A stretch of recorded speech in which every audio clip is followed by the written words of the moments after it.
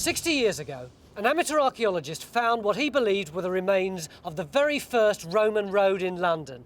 Was he right? And can we find it again and rewrite the history books about the birth of our capital city?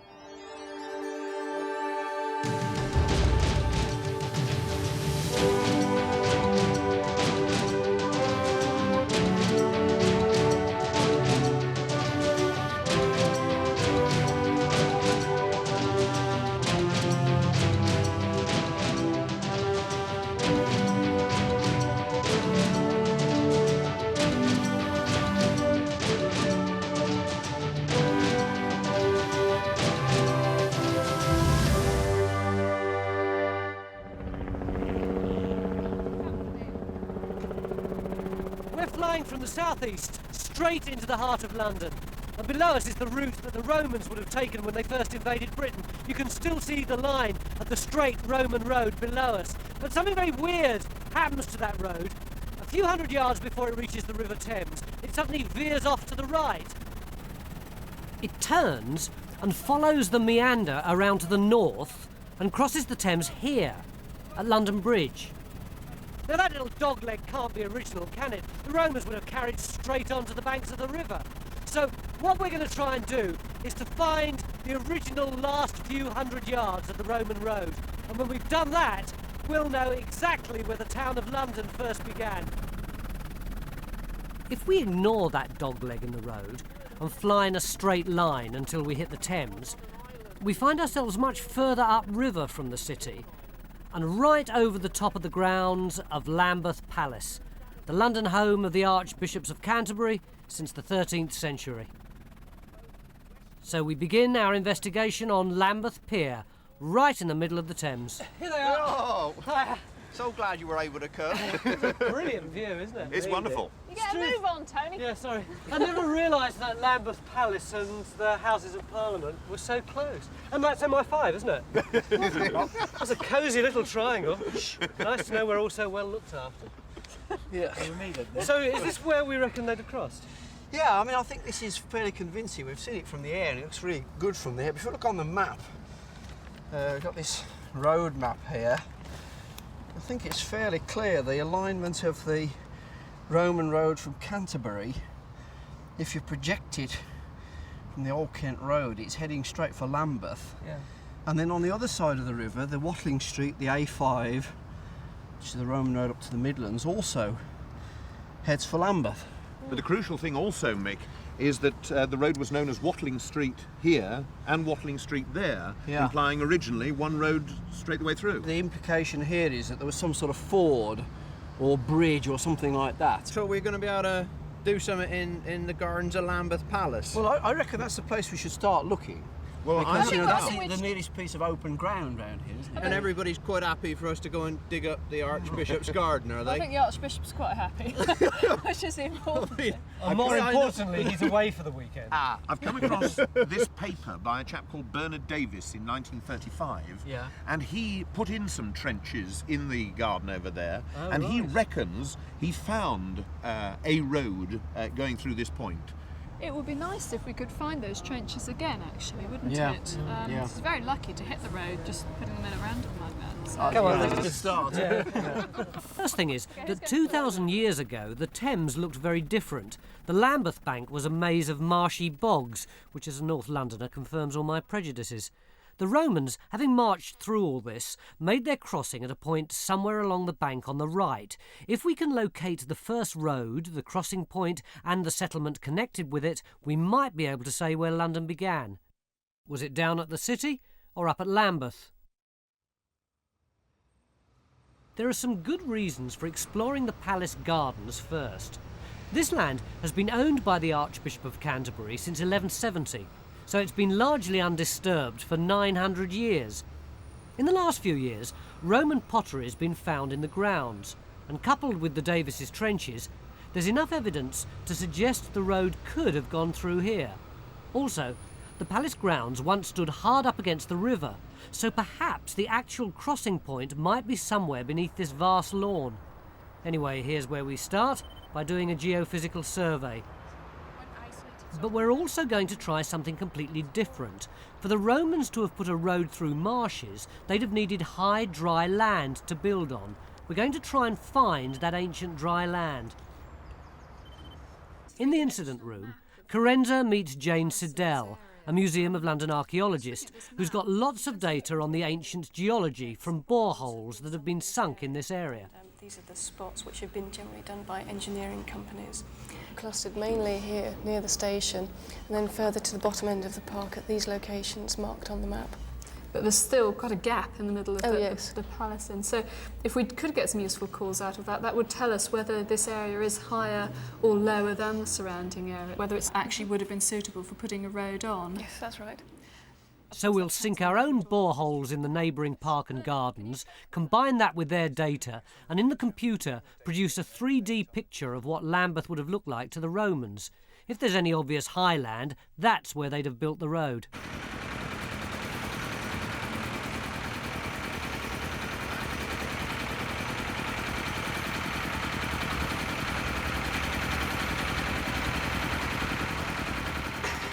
We start in the public park next door. How we detect this highland is by extracting core samples of the soil underfoot. We're looking for layers of natural gravel which would have been dry land 2,000 years ago. But all morning we turn up good old London clay. The gravel must be further down. Nick, I think we might have found that first trench. Oh, right, it's what Davis's trench. Yeah, it looks quite promising actually. Davis dug 2 trenches here 60 years ago. In the second, he claimed he'd found the Roman road, but in the first trench here, he found gravel layers, the ancient dry land, and some ditches. We've laid the tape along it. It's 100 foot long. That's much longer than I thought. It was 8 foot deep. 8 foot? 8 foot deep. How wide? It doesn't actually tell us how wide it is, but it's probably about 1 metre in width. And there's a depression. Can you see this? This depression, the tape's lying along the edge of it. Mixed just on one side of it there. There's a depression going across, and there's a change in the grass texture at that end as well. So, within a band somewhere of this width, following the line of the tape. That's much longer than I expected. That's a big old, you know. What about his other trench? Have you fixed that as well? Now, we haven't actually located it yet. We'll do that next. But it's somewhere under those bushes, I suspect, at the moment. Well, I had no idea that he did such a big hole. Yeah. You know. Meanwhile, the Geophys team are hurrying to complete their survey. Although we can only work in the park and gardens, there are over 10 acres of them, so they'll have their work cut out. Robin and Victor are exploring Roman techniques for surveying a route through virgin countryside. Well, they had their own team of surveyors known as agrimensores, using the Roman equivalent of the modern theodolite, which was called the groma. And it was a vertical staff on a little stand, on the top of which would be 2 cross pieces, and from these would hang plumb bobs. And he would line these plumb bobs up with the chaps and the distance. Once the route was surveyed, the builders would move in. When working in marshy terrain, first they'd put down a foundation of logs and build on top of that. We're going to make our own cross-section of a Roman road. That way, we'll know what to look for in our excavations. Harvey Sheldon, authority on Roman London, is here to supervise. This is the sort of thing that would have basically we're looking for. There's from the roads in Southwark running up to the Thames where you're going across marshy terrain, you've got layers of timbers like this, mainly alder, mainly young alder. Probably what you get built above that will be a clay and gravel base upon which you'd put the metal surfacing, the gravel surfacing of the road. So in a day or two, we'll end up with a sort of layer cake of different materials stacked on top of the logs.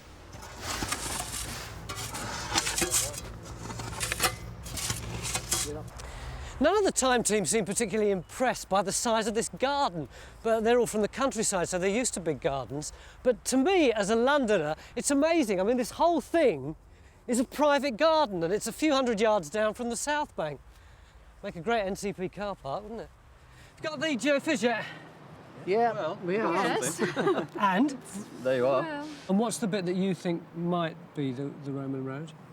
Well, it's just possible that we've got something coming at a slight angle here. But the trouble is, this is only looking half a metre into the we're far ground. too shallow. And Whereas the road is too... what metres comes out of the shallow. excavation that Davis did, it's about 6 feet deep. This dug is 6 feet under. So this is probably much later? Oh, yes, it is, yeah. The geophys team will bring in new equipment to take a deeper reading, and if that's promising, then Mick's talking about putting in a trench near where Davis found his road. We do this long trench, what, 20 metres long, something like that? 20 metres? Through here, yeah. That's a big trench, isn't it? It is a long trench, and also, judging by Davis's work and other work, we're probably going to have to go down about 8 feet. So really, I think we ought to get on with it. But before we dig that massive trench, we'd better check that Davis's observations were correct. So we'll sink a test pit today on top of his first trench.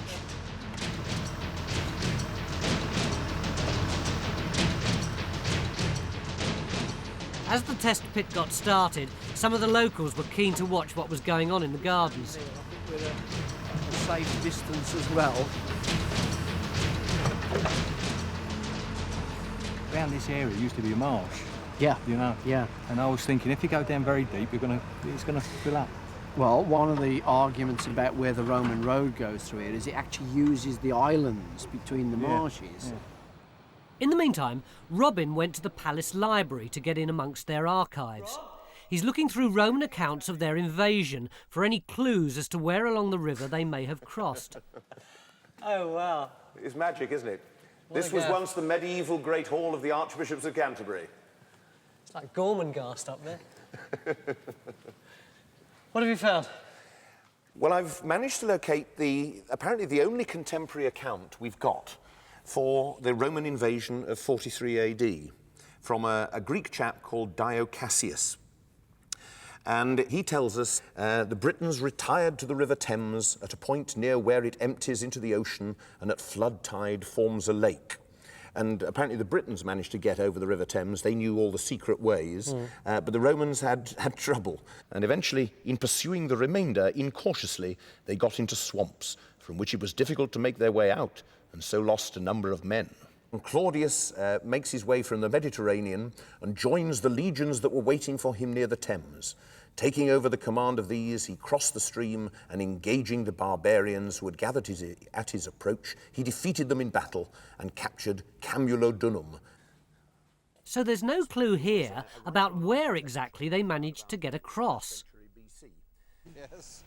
Another local resident, the Bishop of Lambeth, dropped in to watch us digging. It's like sort of radar almost, that's probably a good way to describe it. Right. And when you've seen them taking the signals, that all gets built up into a plan of what there is underneath. Right. But this particular thing here is trying to get the depth. Here we know that there's 4 or 5 feet of soil. In fact, you've just seen it in that trench. It's gone down 4 or 5 feet. So we need to get underneath that to see what the archaeology is below that. What we can presumably be fairly clear about, there's nothing under here other than garden. Is that right? Because we know it's been the Garden of Lambeth since 1200. Well, I mean, Roman. Yeah, that's right. I think we can in later times, say in the Middle Ages onwards, we're probably. There's a lot of documentary material and so on, isn't there, for a place like this? That's but right. once you get into that Saxon, Roman. Oh yes, well, who knows? And indeed prehistoric, you see. I mean, there's gravel under here, so there could easily be prehistoric structures as well. That's very interesting. Well, I do wish you well. Jolly good.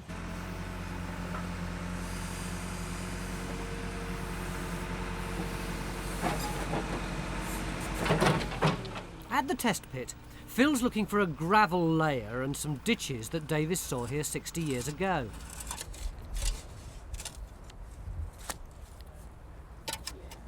Yeah, that's it, isn't it? Suddenly, something else turns up.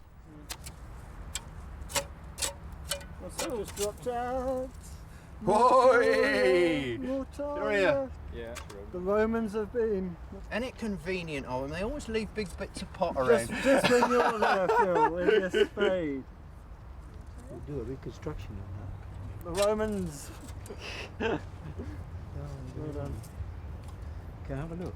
I'd like to do a reconstruction of that.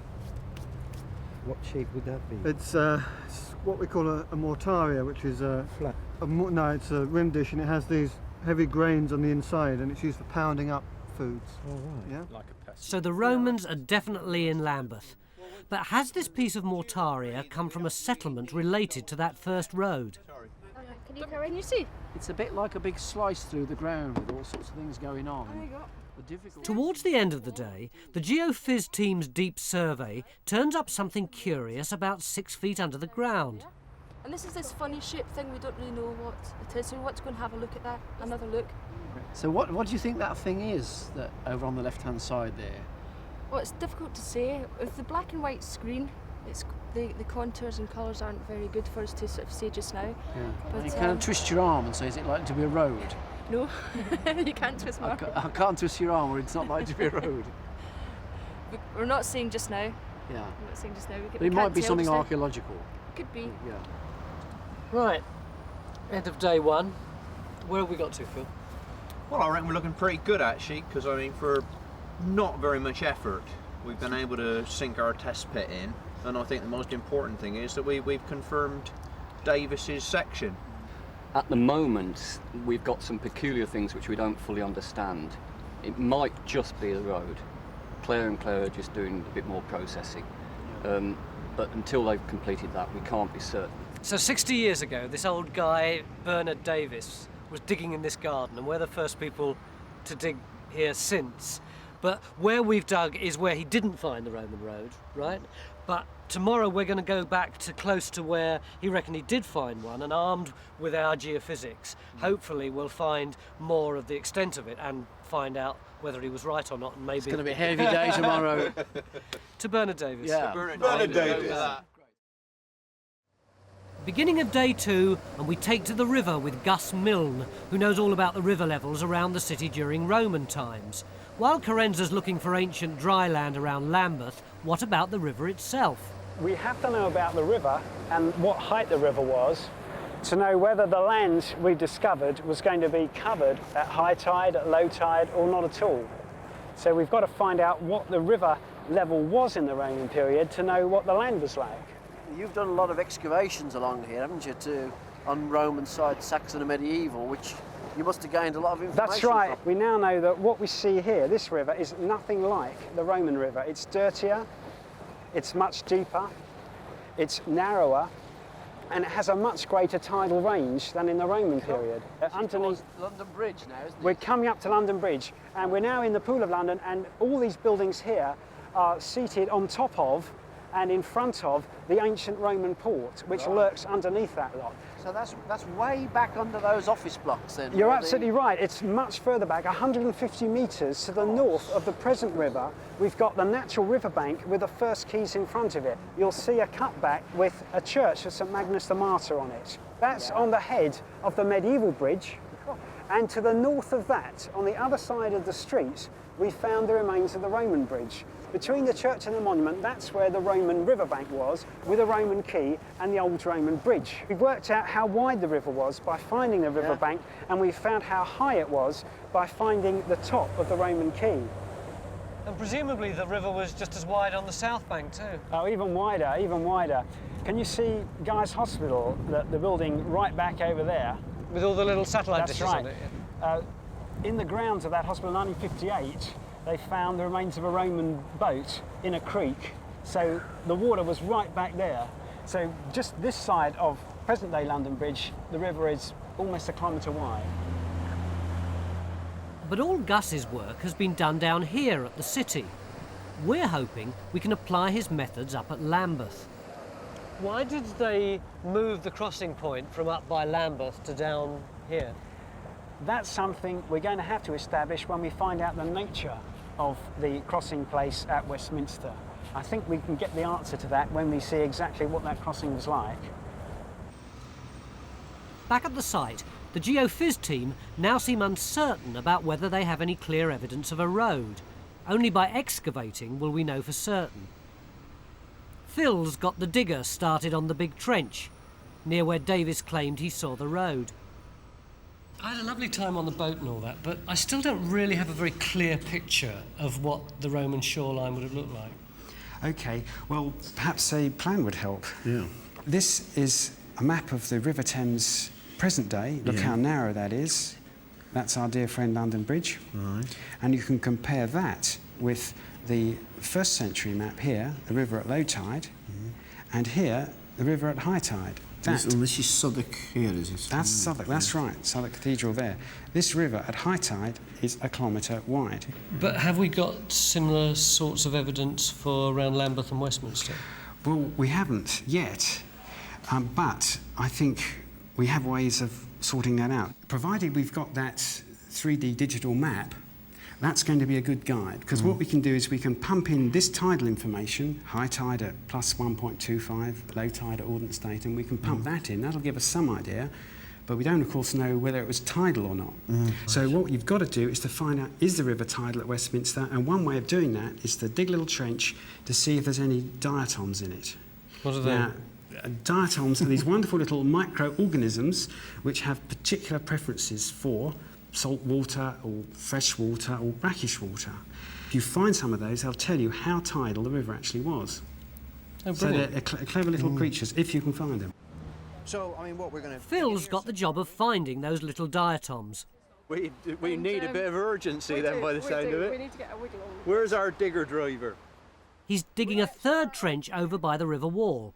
Or that is, he would if it wasn't for urban bureaucracy. Because this hole's close to the street, we're going to need a permit.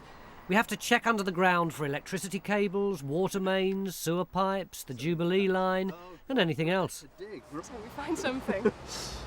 But it'd be nice to have a digger. Right then, what's your diagnosis? Nothing there? Nothing there, you're all right to dig. We can get on with it then. Yes, please. Right, let's have the digger in then.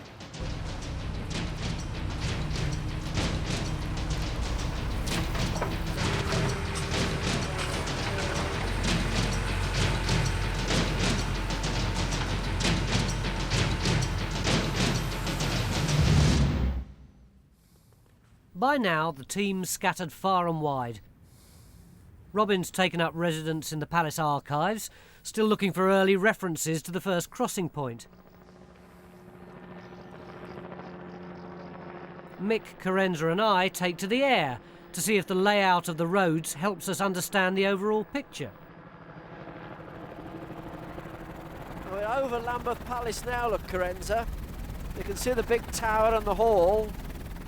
And then somewhere down there would have been our crossing point. The Romans would have built the road towards somewhere they could get across. Yeah. But where would they have crossed to? Is there somewhere obvious on the Westminster bank they'd have aimed for? We know that Westminster down there was on an island originally, this thorny island, presumably Thorn Island, with water around it. So they would have probably used that as a hard standing as well. So from Thorny Island, they'd have moved through what are now St James's Park and Green Park. And then, of course, eventually they struck off both westwards and northwestwards with roads, but particularly northwestwards. We can see the alignment of that with the Edgware Road today. The Edgware Road's part of the Roman road? That was the one that was heading northwest along the A5 right up into Shropshire with one of the legions going off in that direction. And it still begs all sorts of questions about, in a way, why London didn't grow up at Lambeth and Westminster. You know, there was this original road crossing there. There must have been some really good reason that it didn't suit them to develop it. Same question I asked Gus. Why did London grow up here and not at Lambeth? We've got to try and answer that before the weekend's over.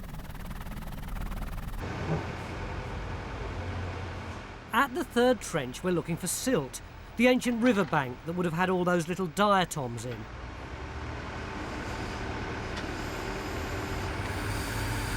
What you do if you can't reach the right depth, you take some of that out, so it goes drops down inside and goes deeper. Right, oh I see, right. That's brickhead, isn't it? Though we go down some 15 feet, all we get is good potting soil. I don't think it's going to work, Phil. Hang on a minute. Can you cut the motor? What'd you say? I don't think it's going to work. No? No. There's such a depth of made ground. I think perhaps there may have been some digging down. Right. I mean, is there nothing we can do with it? There's nothing we can do with this material, no. We just haven't got the right stuff. Just sort of record it, locate it. Record the depth, locate it, and put it on and the then map. fill it in again. Then we'll have to fill it in again. Meanwhile, Carenza checks in at the big trench. Yeah, sure. How's it going? Can you get me Well, up to date? it's going. It's nothing too exciting so far. So what we're now doing is coming the full length to try and pick up the so-called road at this end. But I mean, Have you found anything Yeah. that you think Davis might have thought was the road? not that he might have thought was the road, but I mean, Barney is picking up some small cut features which have got Roman material in them. So I mean, the Romans are here, but at the moment it's very much background. But at the moment, the feature that Davis thought was the road is still eluding us. So it seems to be. At our Roman road, work continues on the next layer.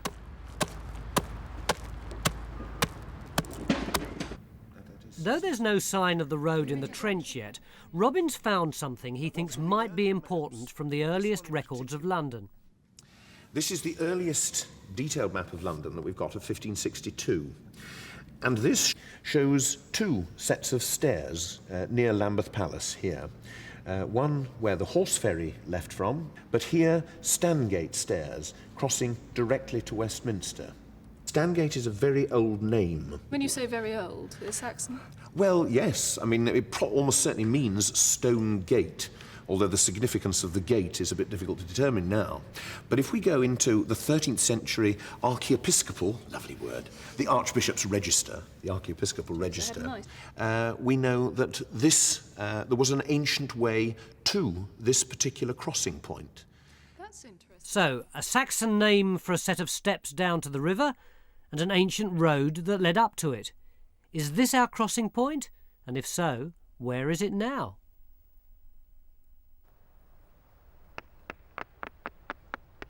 At our Roman road, they're putting down the final surface, the metalling. Phil! Back at the trench, Come and look at Stuart this. has a revelation.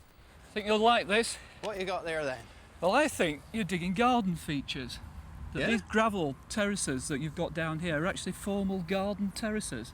What was the age of this? This is 1746, this map, showing all the gardens around the palace. This stream's coming in from outside the palace gardens, coming in through here, and it's been canalised into a formal water channel.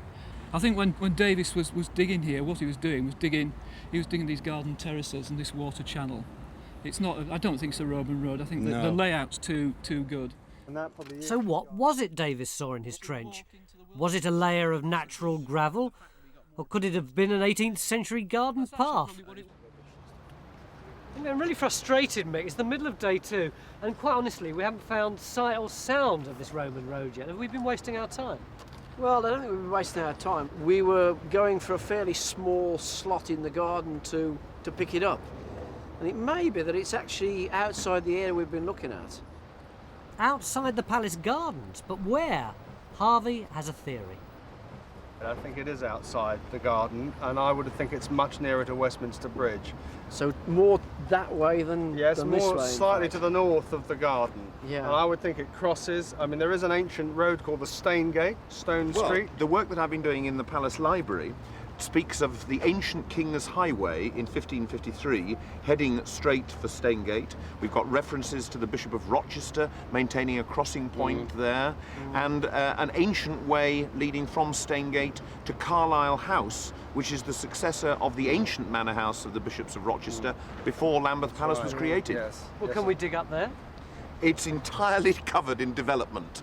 Do you want to Yeah, go I and think- knock at St Thomas's Hospital I door? think this is the problem, that we saw this very clearly, that this is the only open space for a long way round here. It's the only place we could get any geophysics in this side of the river. It's the only place we could put a trench in. Which is why Davis dug there, of course. Well, as that's right. I mean, if it's going to be north, as you're suggesting, then, you know, we're into sort of develop there. So a big change in thinking. Robin and Harvey think the road and crossing point are north of the palace gardens, somewhere in the grounds of St Thomas's Hospital. Robin's archives suggest Stangate was somewhere close to where Westminster Bridge is today. And directly opposite is the Palace of Westminster, built on top of Thorney Island. That's what they would have headed for, the first bit of dry land on the other bank.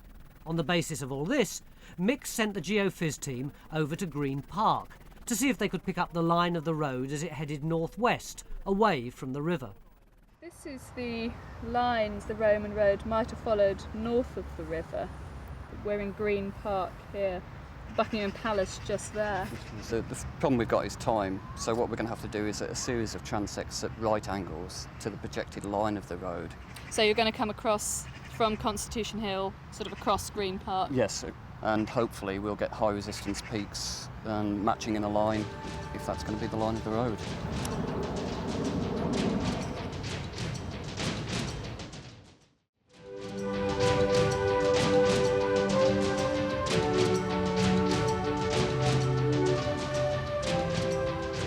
Like the geophys team in Green Park, I wondered how Davis could have got things so wrong.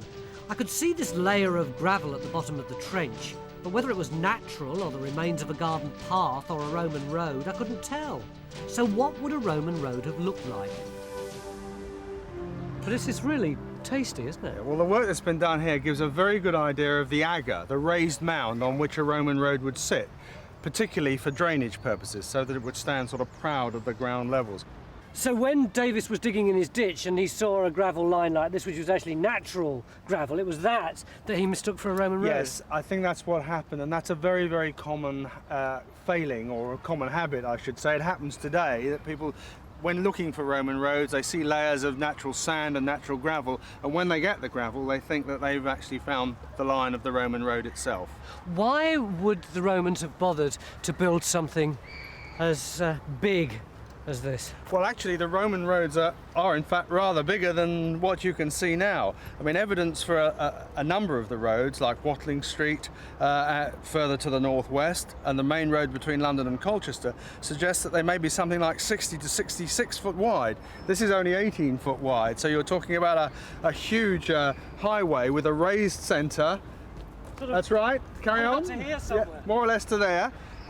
Sloping tracks, and then side tracks coming out on either way. So side tracks, like a hard shoulder. That's right. Yes. So you would have the raised centre for the fast traffic probably, and the lower tracks for the slower traffic.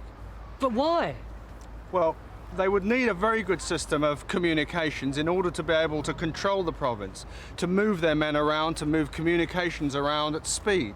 I mean, Roman roads were obviously a tremendous innovation to Britain, and of course, when they fell into disrepair and disuse, although a lot of the lines survived, people were never really capable of building anything similar until the early 19th century. At the big trench, there's definitely no sign of Davis's road. But there's plenty of pottery that needs recording, and which may point to a settlement in the area.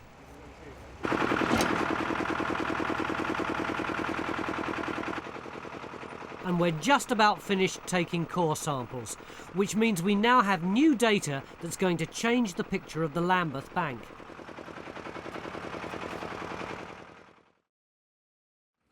Oh, that Right, looks so- very much like gravel, doesn't it? Yeah. So how does this compare then with the other one you did? This one's actually much higher. It's what? 1.2. Sorry? 1.2 metres. From the surface? Yeah. What was the other one? It was 2.5. Yeah? It was much, much deeper in the park. All these measurements go into the computer, and sometime on day 3, we'll have our 3D picture.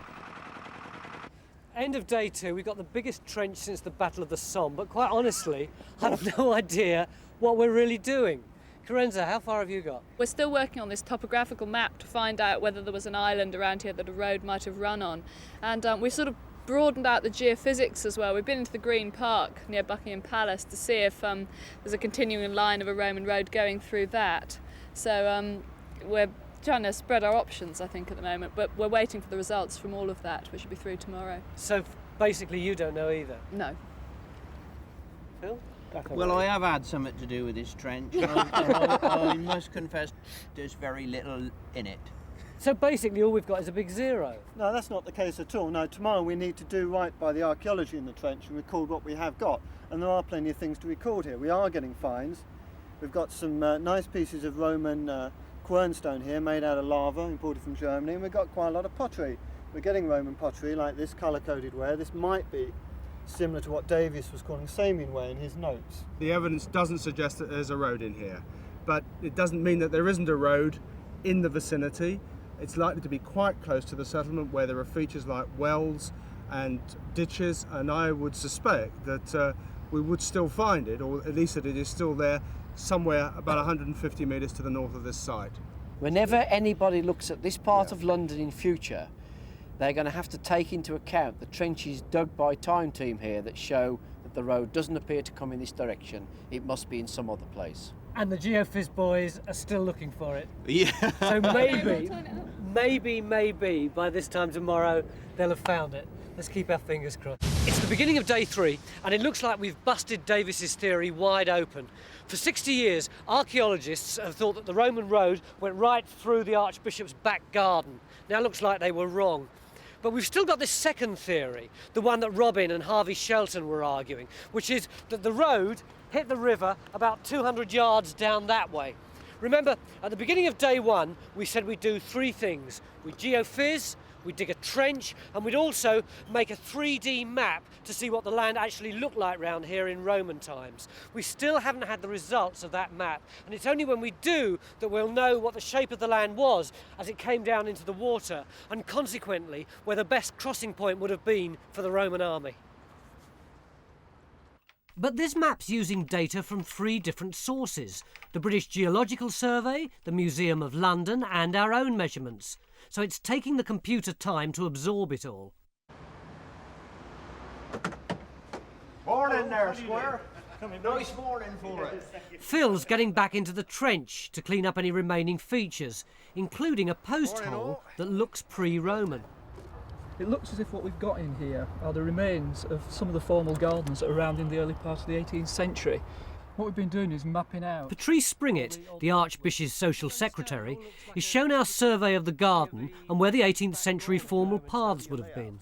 What would be nice from the management of it for the future is if we can establish these features are still here, you could actually replant the gardens in a period style if necessary. Meanwhile, a local resident brings us a little late morning snack. Phil, Tony. Hello, how's it going? Oh, not too bad. As you're in Lambeth, our local delicacy. Jellied eels! Yeah. Wow. Okay, lads? No, it's not okay. Oh, fantastic. So Oh, come on, Phil, you've got to. They're wonderful. Are they? Yeah. Oh, they are fabulous. Oh, this I knew you'd enjoy these. Scrape the jelly off. Yeah. Go and have one, Phil. Real Cockney dish. Come Oh, on, they Phil. look absolutely disgusting. Oh, they're beautiful. Take a bite. You were down on the river yesterday, weren't you? Yeah, I was, yeah, that's what I was afraid one of our of. Lambeth Hills. Especially prepared for you and Tony.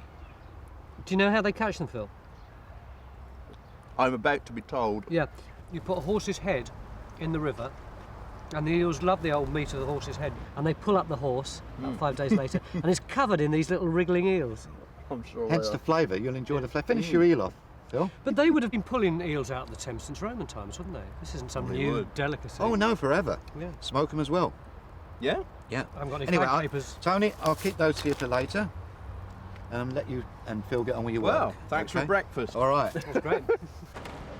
But our search for the road's gone cold. Then Mick and Carenza had the brilliant idea of looking for it on water. They commandeer a London Fire Brigade boat and cruise down river towards the Palace of Westminster.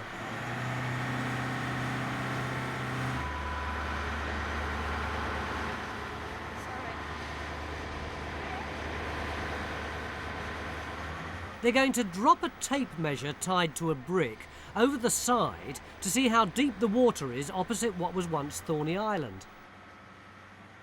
With the Houses of Parliament on one side and St Thomas's Hospital on the other, the boat drifts along midstream. Let it down steady, I think. We don't want it to come off the end, do we? In the days of sonar, this is really quite low tech. Look, where's it going, Mick? Where's it going? It's going off. I think I've got one. Down, probably. You're about 8.5 feet. About 8.5 feet. Yeah. Can we drift across? Yeah, and see? We are very low spring. Yeah. We will, actually physically. You actually feel it rubbing on the. Yeah. on the The bottom. boat lifts out of the water. So the local boatman knows about a sandbar that stretches across this area of the Thames. How shallow is it, and where is it exactly? In the incident room, the Geophys team were collating all their results. Everything in the palace turns out to be garden features, while Green Park turns up nothing at all. The ground has been too disturbed.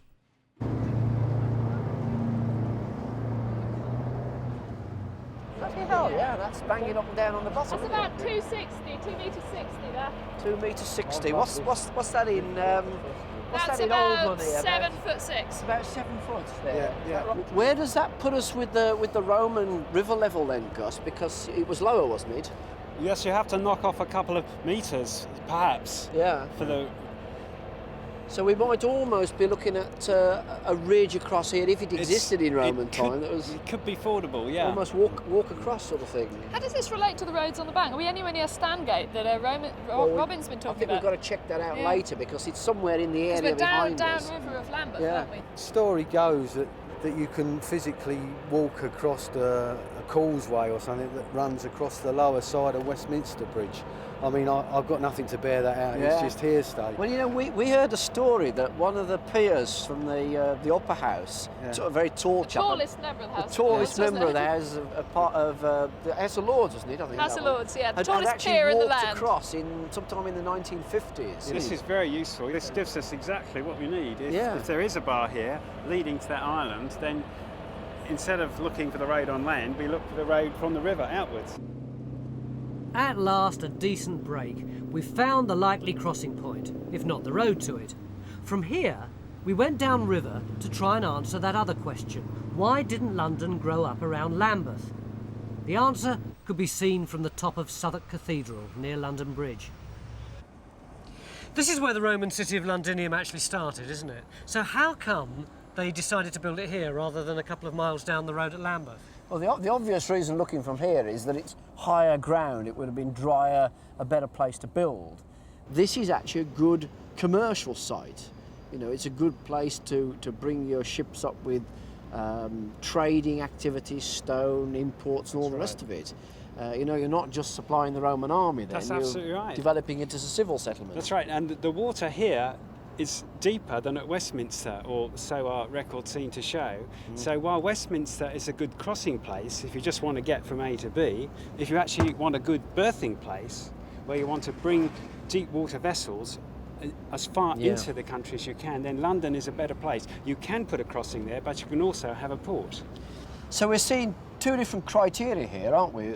Down at Lambeth, we're looking at a shallow river, which is ideal for taking the army and its supplies across. It's shallow water, there are probably ferries you might even be able to walk across, and that's ideal at that stage. Whereas up here, we've got the deep water berth. The water here seems to be much deeper than it is at Westminster. And you'd require that when your imperial power had really pegged down the local people and you weren't so worried about military tactics. You actually wanted to trade, That's so right, you wanted deep water and building ports and all that.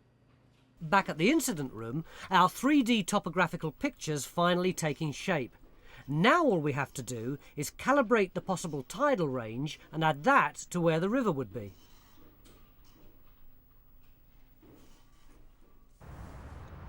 Work in the trench was drawing to an end, and we began analysing all the finds. These heavy roof tiles suggest a large administrative building, possibly associated with the crossing point. There's definitely an early Roman settlement here, quite possibly the first Roman buildings beside the Thames, the beginnings of London.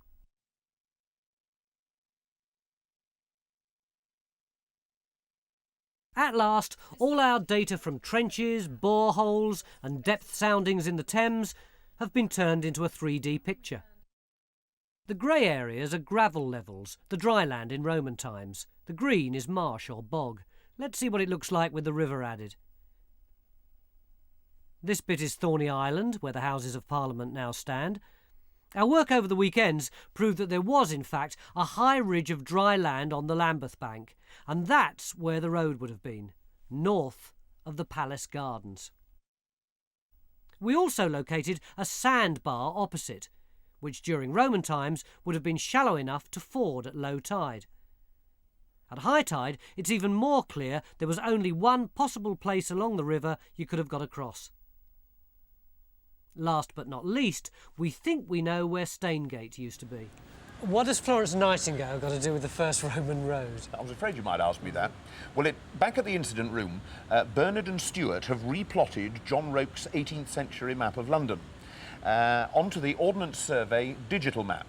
And that shows that Stangate Stairs, as near as Damit, lay right under Florence Nightingale here in the grounds of St Thomas's Hospital. And that's about, what, 20 yards away from where the Thames is now? Yes, it's a very good indication as to how much of the river has been reclaimed in that intervening, 250 years. Yes. And so this is where I believe the Roman road approached the river and where the ancient crossing point was. And I find it inescapable that this is the route that Claudius took. And then this morning we got the marvellous news from Mick and Carenza on their boat trip, where they'd found a fireman who had intimate knowledge of the configuration of the bed of the River Thames at this point, which showed that here there was a massive, wide bank underneath the Thames at this point, the perfect footing for an ancient crossing over to what was Thorney Island and became the home of the Palace of Westminster. So this must be our first crossing? Well, I mean, this is the question the Time team came here this weekend to answer. So maybe the story looks like this. The first Roman legions, having scouted the area, could have crossed the Thames here under what is now St Thomas's Hospital. They built their road along a high gravel ridge, forded the river at low tide to Thorney Island, then continued to dry land. The crossing, they'd eventually have built way stations, the roof tiles of which we may have found in the trench. But when it came to setting up a permanent settlement, they moved downriver, built the dogleg up to the Thames, then a bridge, and Londinium followed. And that's how we think London began.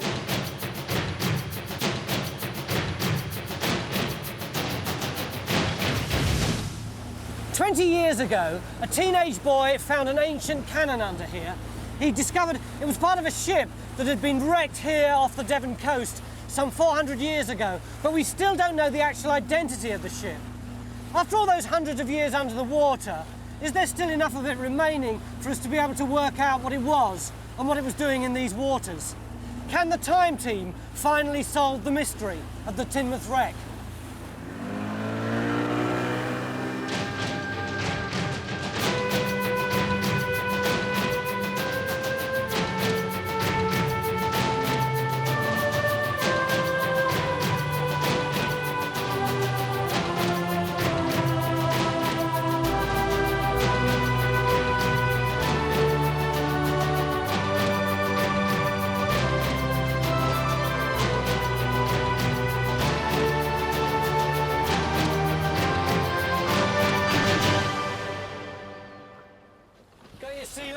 Just about. I don't want it to get much rougher. They're dead lucky. The weather we usually get on time too. Welcome aboard, Tony. This is Roger and Simon. Welcome aboard, Tony. Good to see you. And it's your side? Absolutely, yes. So where exactly is the wreck? Well, just about where that orange survey vessel is.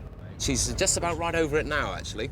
It's right in close, isn't it? It is. At low tide, you can stand there. Yeah? Yeah. They're undertaking a survey. Well, just like the geophysics. It's exactly the same as we normally do, yeah. You see they're towing the equipment along there behind it. Can you see that? Yeah, yeah.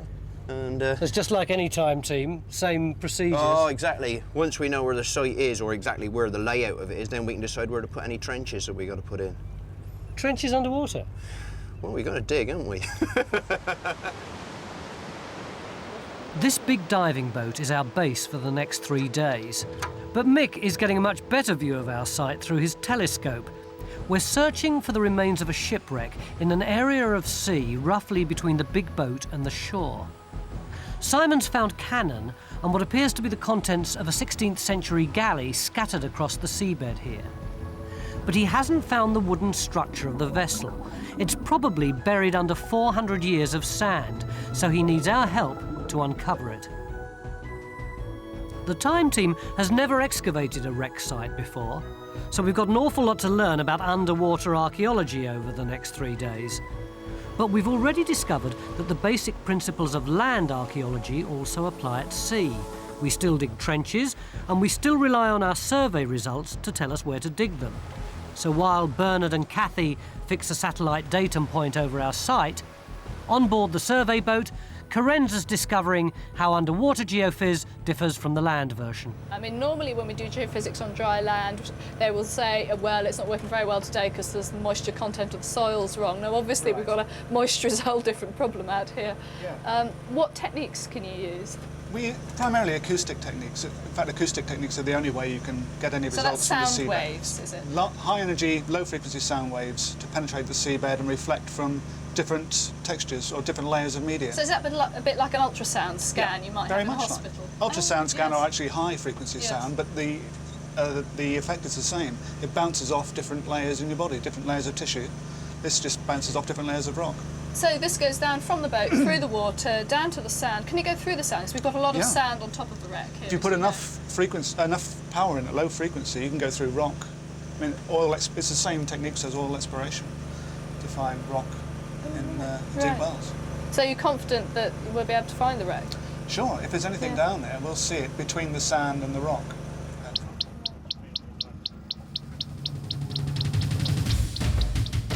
As well as the acoustic survey, geophys are also checking for iron remains with a floating magnetometer. This should pick up any cannonballs or ship's nails, hopefully still in their original timbers. If there are still bronze cannon down there, we should pick them up through the boat's metal detector. But even with all this equipment, it's going to take some time. So while they trawled the seabed, I was learning more about the site from the man who discovered it 20 years ago. I was swimming off the coast, only about 200 yards spearfishing, and I came across this enormous bronze cannon sticking out of the sand. I didn't know what it was, of course, so I rushed home and told my old dad, and he said, what is it made out of? I said, I don't know, I've no idea. And he said, well, if it's made of iron, he said, I don't think it'll be worth bringing up, but he said, take this file down with you, scratch the surface, and if it shows a goldy colour, then it's made of bronze. Of course, we've learnt a heck of a lot since then. That's probably one of the worst things you could possibly do. Scrape away at it? Absolutely, absolutely. But it started the ball rolling. And then you were able to dive the site for the next few years? We dived the site for 2 years, and of course it attracted the attention of archaeologists, and eventually we were protected as a protected site. So the site has now been officially licensed by the Department of the Environment. What does that actually mean? It means, Tony, that we need an archaeologist that can come and dive with us. And we're very lucky, we've got a chap called Chris Priest, who's our archaeological director, and he's really shown us how to do it properly, and he keeps an eye on us, and he understands the physical difficulties out there, especially the sand. So can we dive today? No, I'm afraid you can't, not until Chris is home. This is the guy who's flying back from Libya? Absolutely, absolutely. And so we can't dive today? I'm afraid you can't, not until he he's gets back? Yes. Well, let's keep our fingers crossed that the flight's going to work out all right. Absolutely, absolutely. Since that first discovery, Simon had recovered another 5 guns and a whole host of other objects from the site. Back on dry land, Mick and Robin were off to the town museum to test the local view that these finds point to an Armada connection. Cool, that's good, isn't it? Massive, isn't it? Cool. Yeah, it's a cooking pot. Comes like from it's the copper. Church Rocks wreck, which we think was part of the Spanish Armada, which sailed up the Channel in 1588. Oh, right, so we're dealing with the Armada. We think so. Yeah. What other things have you got then that suggest the Armada and the 1588? Well, we've got a fire pot. Well, what's that? This is this little thing here, Yeah. which is a 16th century hand grenade. Ah, right. Right. Yeah. Which is very rare because as they were built for destruction, Yes. there's not many left. Yeah. What about this thing here? That looks like a... that was brought up in... fascinating. Yes, that was brought up in 1992. Cool. It's a merchant sill, we think. It's about 13th to 15th century with the initials, and you had the cross, which was quite uniform then. Come on, I can't wait. We passed the cannon on the way in. We've got to see the cannon. Well, there were 6 cannon in all brought up. Cool. There were 2 minion, which is this one, Yeah. made by Sigismund Alberghetti in Venice, we think, between about 1570 and 1600. Yeah. And there again, we've matched this with other guns from other wrecks. Presumably one of the things, Robin, that we should be doing is looking at the background to these this weekend. I mean... Absolutely. I had a look at your booklet earlier. Oh, yeah. And the one that went to Pendennis Castle, the Seiko, was it? That's the Seiko, yeah. Actually has a coat of arms on it. Yes. Right. And we've got photographs of that back in the incident room. Right. And I think that could very well provide us with the clue as to who they were produced for. That would be a useful thing for us to do then, It would be Mike, very to- useful. to- Yes, to look we'd at love the, to know. We'd yeah, love to know. okay. So well, the that's- prime clues to the identity of the wreck Yeah. rest in that coat of arms and that merchant seal. Right. Could our wreck really be a 16th century Mediterranean war galley sailing as part of the Spanish Armada? The museum certainly thinks so, and it's given Victor something to go on. But the cannon Simon found is Venetian and could have been cast 50 years before or 20 years after the Armada set sail. And the merchant seal certainly suggests a much earlier date. You know, I'm not sure that I'm that happy about the certainty of the Armada connection. Yeah, I mean, the thought occurred to me that if it was an Armada ship, it would probably have been known about. After all the others that went down around Scotland and Ireland were known, and people went to look for them. I can't believe it wouldn't have got into the local folklore. And, I mean, it could have been a trading vessel that might have been around at the time of the Armada, or a good deal afterwards. Yeah. And after all, the Venetians were the great traders and commercial people anyway. Yeah, and we know that at Teignmouth they've been bringing wine in from all ports around France. Yeah. The cargo from the Mediterranean wouldn't be necessarily that unusual. Well, We've got to follow up on that crest, though, on the coat of arms, because that's the photo of the cannon that's now at Pendennis Castle. And you're thinking that if this gives us a particular family, well, that might help. It should do, Yeah. because all the cannon that have come up seem to be of a period. In other words, this is not a one-off that's been captured from another ship and installed on this particular one or whatever. What about that that other seal thing? I mean, is that... Well, to be honest, I have to say, I don't know what our chances are of identifying a merchant from his initials of that kind of period. I mean, we can try, but quite often there can be a number of possibilities. But we'll see what we can do. So we could be looking for a merchantman, not a war galley, a vessel possibly en route to trade with Teignmouth. While we survey for remains of our wreck at sea, on land, the search is on for a port contemporary with our wreck.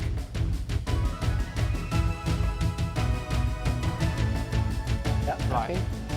Now, from this point on, we begin to pick up lanes on the left-hand side going southwards as well, which will A French raid burnt Teignmouth to the ground 100 years after the time of our ship. The buildings around the present harbour all appear to be much later in date, but local legend claims some buildings survived this burning.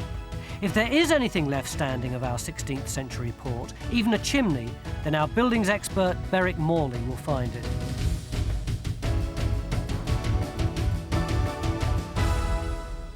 Out in the bay, the survey of our wreck site was complete.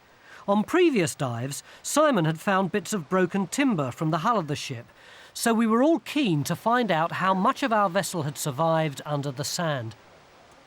We finished the survey, but it hasn't shown anything up. Nothing at all? I don't think so, no. That's right, isn't it, Clive? Nothing's really shown up. There we go. There's our printout. What we've got is we did the whole of the protected area, starting from line 1 there, and every 5 metres down to line 30. We did 30 lines. This is the last one. And what we should see is between the sea surface and the first layer of rock here, if there was anything hard down there, it would show. It would show. Yeah. And nothing has come up within your wreck area site there. And you've tried the sonar as well. Yeah. Yes. Got this, Well, we this had covers the 3 whole different site. techniques. We really thought we'd hit something. But Clive, why hasn't the ship's timbers shown up?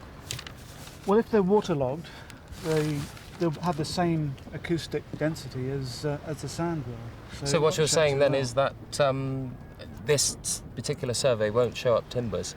Not waterlogged timbers. And if they're hardwood with some air trapped in them, Yes. ideal targets. But not these type of timbers? Soft timbers, particularly waterlogged. Simon, how long have you been waiting for this survey?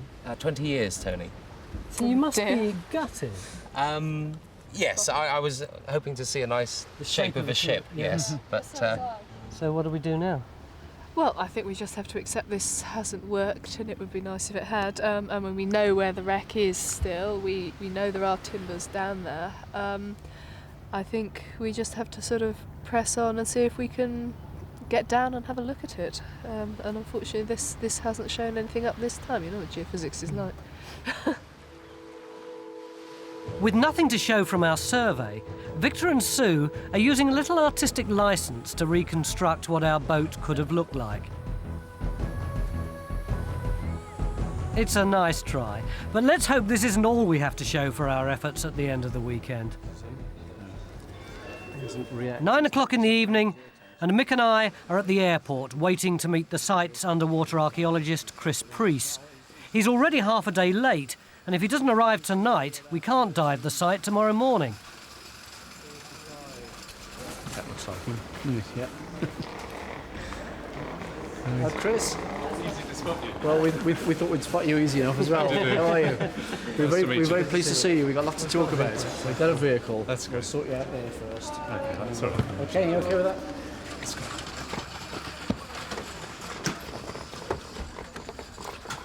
So, end of day one. We've got Chris, thank goodness. We've got a boat which everybody seems to think is an Armada boat, but we're having serious doubts about whether it is or not. We're not sure whether there's anything left under the water for us to find, but at least Phil and I, first thing tomorrow morning, will be getting into our dive suits, and that'll be something worth hanging around until part 2 for. See you after the break. Day 2, 10 to 8 in the morning. About an hour off high tide, and I still haven't got a clue where we're going to dive. Time team are sitting down to a pretty swanky looking breakfast. Good morning, Tony. Good morning. Good morning. Chris, what's the plan for today?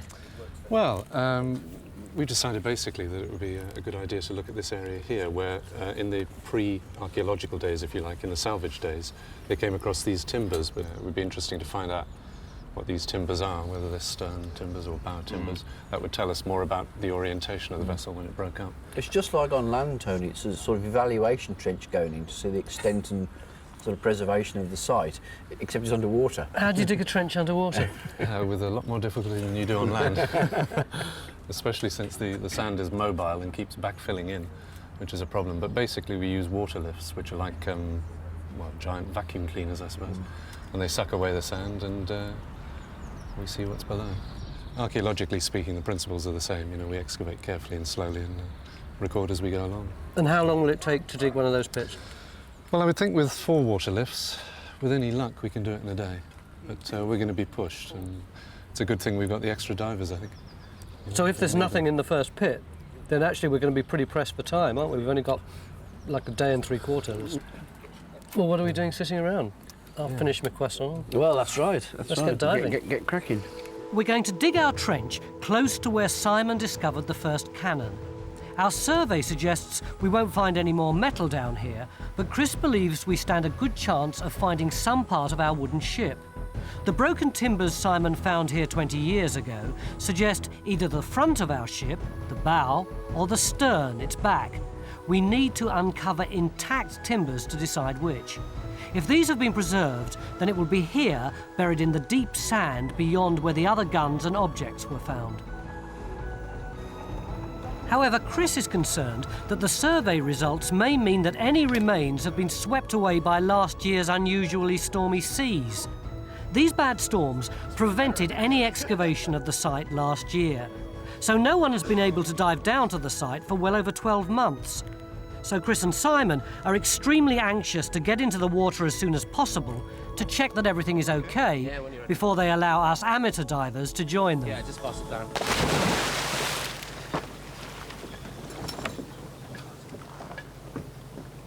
Turn off.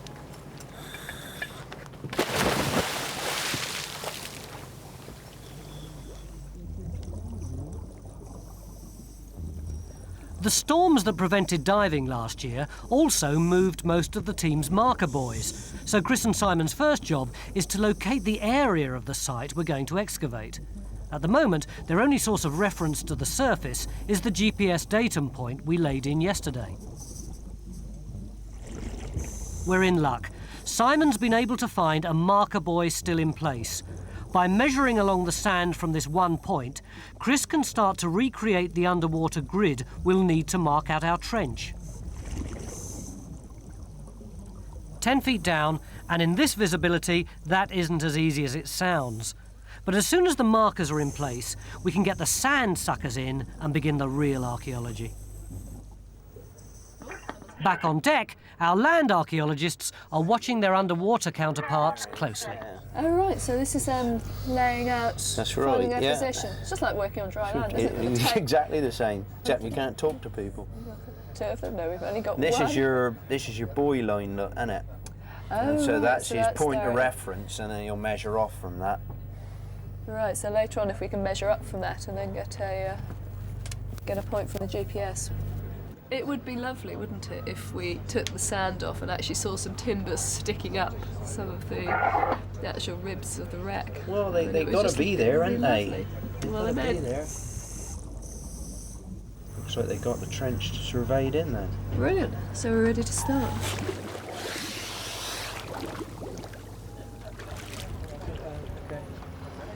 How'd it go? Not too bad. We haven't actually finished laying out the trench. It's taking a bit longer than we thought. But, Why is that? Why? Why? Because it's hard work lugging weights around and just getting the measurements and doing it. But we're getting there. What was the visibility like? It's pretty good. 2 metres, good for this yeah, site. Not bad.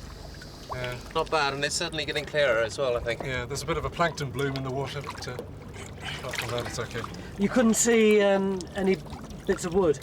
Not no, yet, we no, haven't no. started. It's well buried. Well buried. Yeah. Why don't you come down and have a look? Please. Come back in, yeah? Okay. Show you what we've done. That was all the encouragement I needed. I'm no pro diver, and Phil is a complete novice, so to start with, we'll be taking turns to visit the site. Underwater, they're finishing off laying out the trench. This is much more difficult than on dry land. An inch out either way in this visibility, and our trench could completely miss any evidence of the ship at all.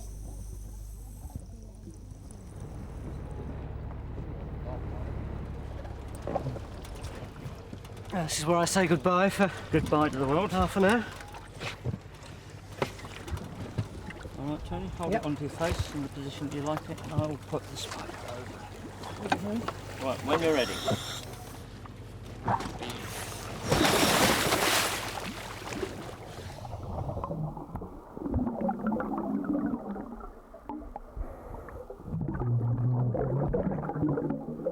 Teddy, can you hear me?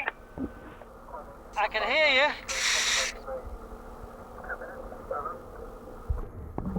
Can you see the other two divers? What they're doing is trying to create a trench so we can look at the timbers. Chris, how long can they work under here doing this sort of work? Well, approximately an hour and a half at this depth. Very exhausting. The water, everything takes 2 or 3 times as long as on land.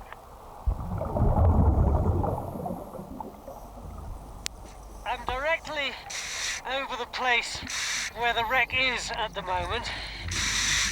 It's covered by about 3 foot of sand, I think.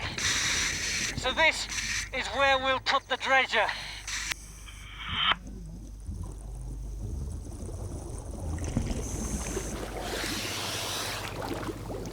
How'd it go, Tony?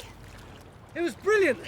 It was great fun. It's very tiring. I think the problem is that actually it's pretty shallow there, and so you have enormous trouble keeping your buoyancy right, because you've got to keep low enough to be able to do your work, but you've got to be able to keep high enough so that you're not scraping the sand all the time and causing the visibility to get worse. You can see on the monitor it's a bit murky, but you're right at low tide at the moment, so it can only get better. Yeah, I think it'll be easier once it gets deeper.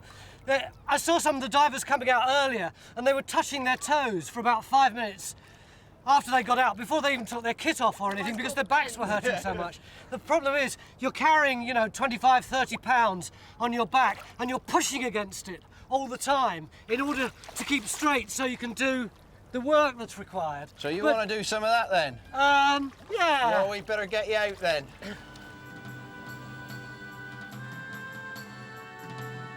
Meanwhile, Robin's trying to trace the coat of arms on our ship's cannon.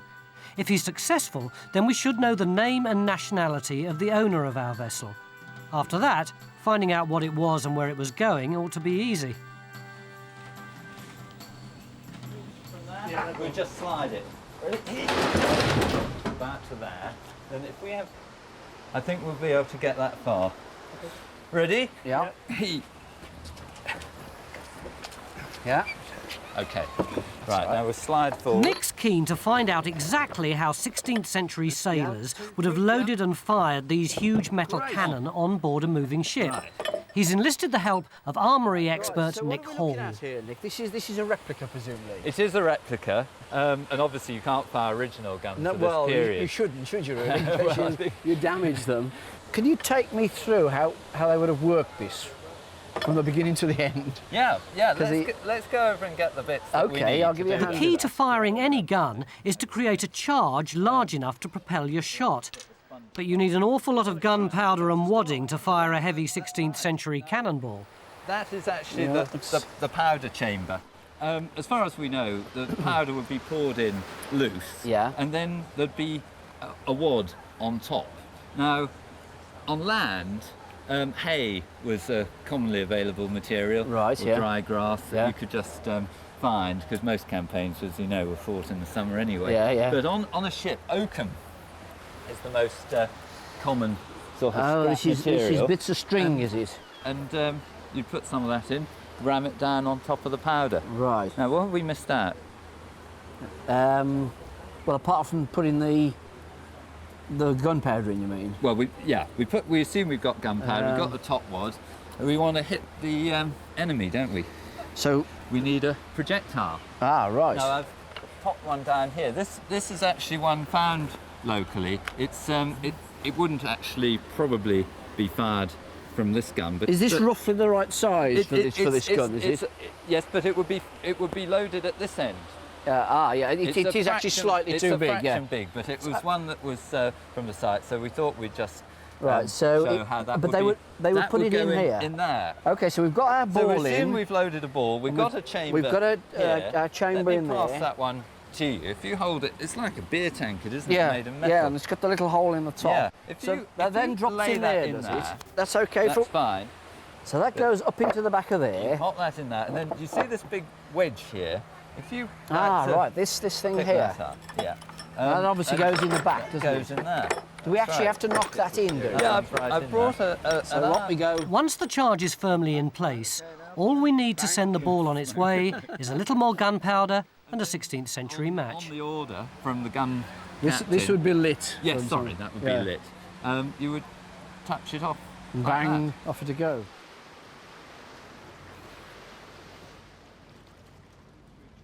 Midday, and we're finally ready for the sandsucker to go into the water.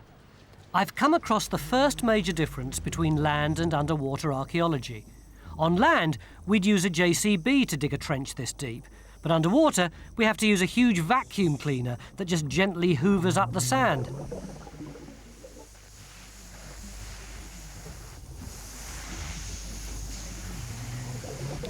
It's a frustratingly slow process.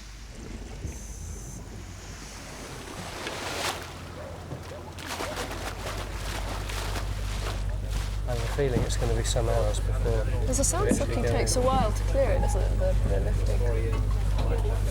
Well, that's a day's job or something, then, right? I can't be. You won't get any digging done to it. Well, you won't get. Well, that's, you know. I mean, I suppose if you had, what is he talking about? A 5B1. Yeah. Call it 5B1B1. That's 5 cubic metres of sand. Well, it's more than that, isn't it? 'Cause if you're going to get at the bottom, you're well, going at to need least 5 cubic metres of sand. I tell you what, if you had to shift 5 cubic metres of sand, that's a fair amount of sand to shift. Yeah, oh yeah. There's a lot of sand in a cubic metre. The sand from our trench is sucked up to the surface and spewed out several metres away from the excavations. This will prevent it flowing straight back into the hole we've just dug. Back on land, there's more to be done to find our 16th century port. The development of the estuary may give us clues to its location. Then we get to the point that we're really interested in, the 16th, 17th century period. What's happening now is a spit's built up, and it's a series of banks of gravel, high points and low points. The channel has got narrower, and these deposits behind have started to force the main river flow out round a bend round there. And round that bend is where it achieves the river flowing out achieves its maximum force, and therefore starts to scour very deep. And the hydrographic soundings provided by the Admiralty confirm this is the deepest point here. And so this would provide a deep water access to that point there. And crucially, absolutely, Victor, yeah. That's where you get the natural shelter. So you've got deep water and the natural harbour developing. So that the ship could in fact have been coming into Teignmouth itself? It's quite possible. I mean, the survey that I was doing yesterday with Berwick and Mick around the town, we were coming to the same conclusions that at this early date we got from this map here, where there's buildings in this inlet by 1727, it's silted up before then, all indicate that this has been settlement and activity in this area has been going on a lot longer than anybody else has ever thought of in that part of Teignmouth. Well, that's brilliant, because it actually gives us a link between the ship and the town, doesn't it? We haven't does. had that before. It seemed that the town was later and that we couldn't tie them in, but the possibility that the ship could be actually been coming into that harbour, that's great. Right. On the front, Mick was now primed and ready to give us all a lesson in sea warfare. Oh, the gun captain, I know. Right, there we are then. I'm going to shove these down here. Okay then, Nick. Where's the other one? You're gonna load these for us? Yeah. Shall I get the barrel cleaned while you're doing that? Oh, you do that. Oh, he knows the technical terms. The technical stuff, right? And that You goes can see he's used to sweeping the floors at home, can't you, with a mopping? And that goes into there. Yeah. Oh, look at that. It's emerged. There it is. So it cleans all round, right? Right. You have to imagine that this is on the edge of the ship here as well. Okay. It goes the other way. I have to go and fill that my measure. Time being built up in the snow.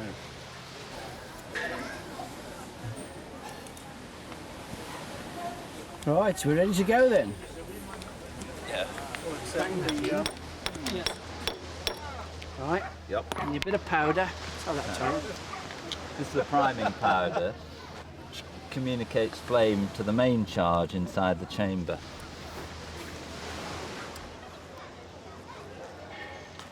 Make ready. Okay, mate. Give fire.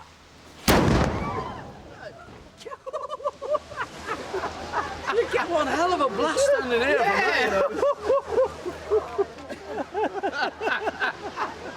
Like that, then, dude? Yeah, it's all right, isn't it? You know. As the sun set over the yardarm, our sandsucker had been going for 5 hours. It was time to see what, if anything, we'd uncovered. Phil's curiosity to see an underwater trench had finally overcome his reluctance to try out his newly acquired diving skills.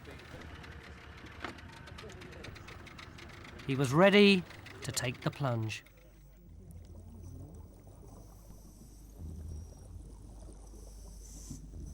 What's it like down there, Phil? It's like a sort of pea super, really. I can't see much, except I'm lying on the seabed and I'm looking into a damn great hole. Well, it's Carranza.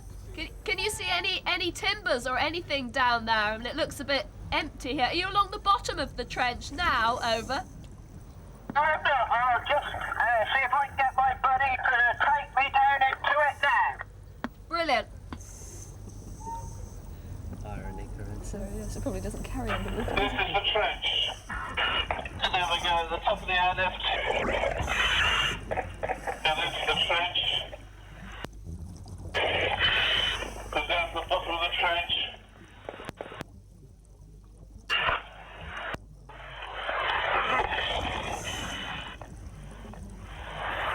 There's the sides of the trench again, so it's about 2 feet down. You asked me about timbers, we haven't got any of them. There's a lot of sand. Over? Come out, take some more sand out. Try again Yeah. tomorrow. Yeah. OK, Phil, come up now and we'll get the pump turned back on as quickly as possible, OK?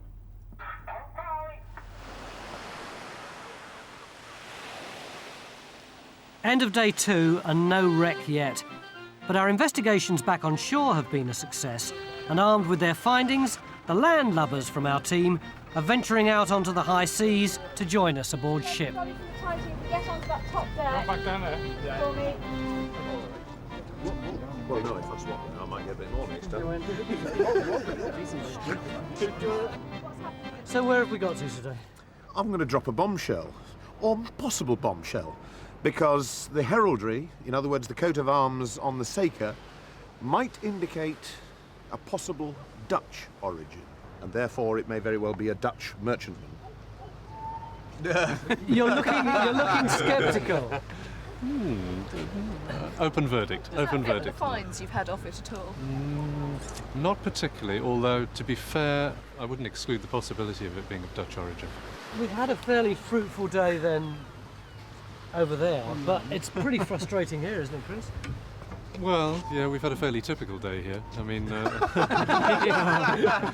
sand here is very mobile. There's a considerable depth of it, and How much further should we have to go down to get that? well, looking at the trench on the last dive, I don't think we're deep enough yet to hit the timbers.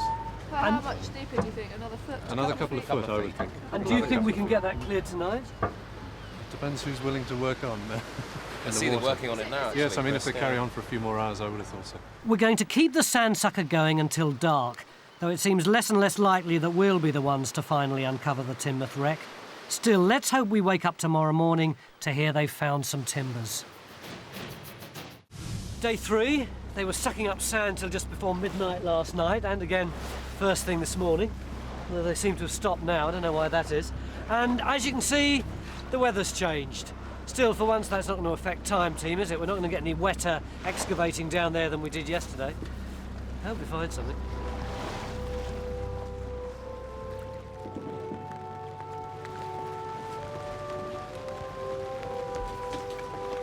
While we struggled with the elements on board ship, on slightly drier land, Mick and Berwick were off to the pub. For once, their visit had real archaeological importance. The pub is where we now believe the old port was, and Berwick believes he's discovered proof that this building survived Teignmouth's destruction by fire. If he's correct, then the Jolly Sailor could be the only building in the town contemporary with our wreck. Oh, I see. Oh, look at that. That's that's good, right? Yeah, yeah. Oh, yeah. Safe my way. Oh, it's boarded out up here. Oh, that's good. Yep, so we shouldn't be putting our foot through the ceiling, fortunately. Oh, that's good, isn't it? Now, Right, what do you reckon then? I mean, Oh, I'd say that was early-ish. yes, how early? I'll tell you. I don't know. I'll tell you, I can. Not good on roofs. This is amazing because particularly that tie beam Yeah. there is very special. The whole thing is of a medieval type, but it's fairly scrappy work compared with an ordinary medieval roof. Yeah. But there's something very special that shouts out about this roof, and it's that beam over there. Yeah. That tie beam has very funny joints. The way at the it's end. jointed into the main truss there. That's right. It's not just lapped over as a straight Yeah, thing. yeah. It's just got a nick in the top, Top and it's and got a bottom sort by of the looks nick of in it. the bottom, Yeah. and the bottom as well. Yeah. And that sort of joint is basically, funny enough, a 12th and 13th century thing. But in the southwest here, it has a re-emergence, very peculiarly, in the 17th century. Good Lord, so this is a So 17th century I would roof. say almost certainly this must be a 17th century roof. Great. Late 16th, first half of the 17th century. That's incredible, isn't it? Well, it's certainly before the time of the French raid. Yeah. And gives us a building which at last we've seen a building in the town that we can say, yep, this was a building that survived the French raid. What a discovery. Yeah, it's tremendous. We've found a contemporary building, but we still have to find our ship.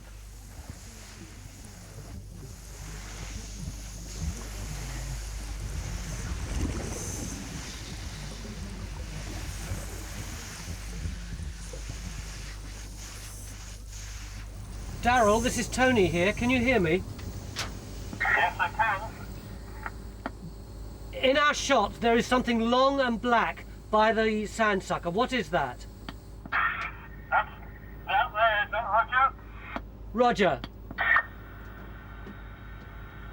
What is that? That's timber, Roger. Did you say timber? Yeah. Timber from the wreck? That's a Roger. Okay, can you stand by?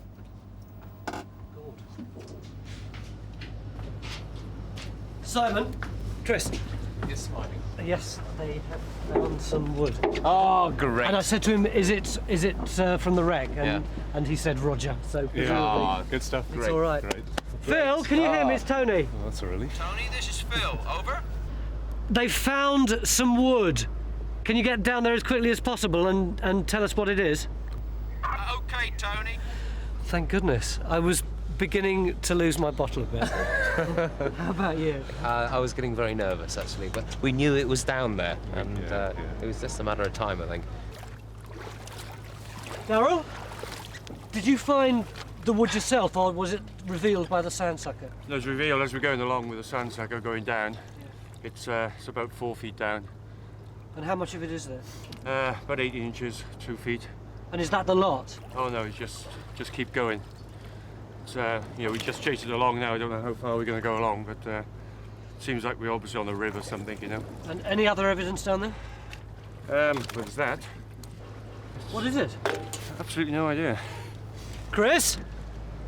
Chris! Yeah. Is this anything? Ah, yeah, that is something. That's a concreted ship's nail. See the timber there, it's come off the top. What do you mean concreted? Well, there's a chemical reaction occurs in salt water with iron and other minerals. I mean, you can see the bits of stone and bits of shell in here. You see the shell there? Yeah. Yeah, and you get a sort of, concretion rather, like a concrete lump on top. But so there wouldn't necessarily still be a nail there, it might have just dissolved. No, you might just have a ghost imprint. Oh, is what they call a ghost nail? A ghost nail, yeah. It's our first find of the weekend. That's a ship's nail. Yeah, well, you can see the timbers there, yeah. Line of the timber there.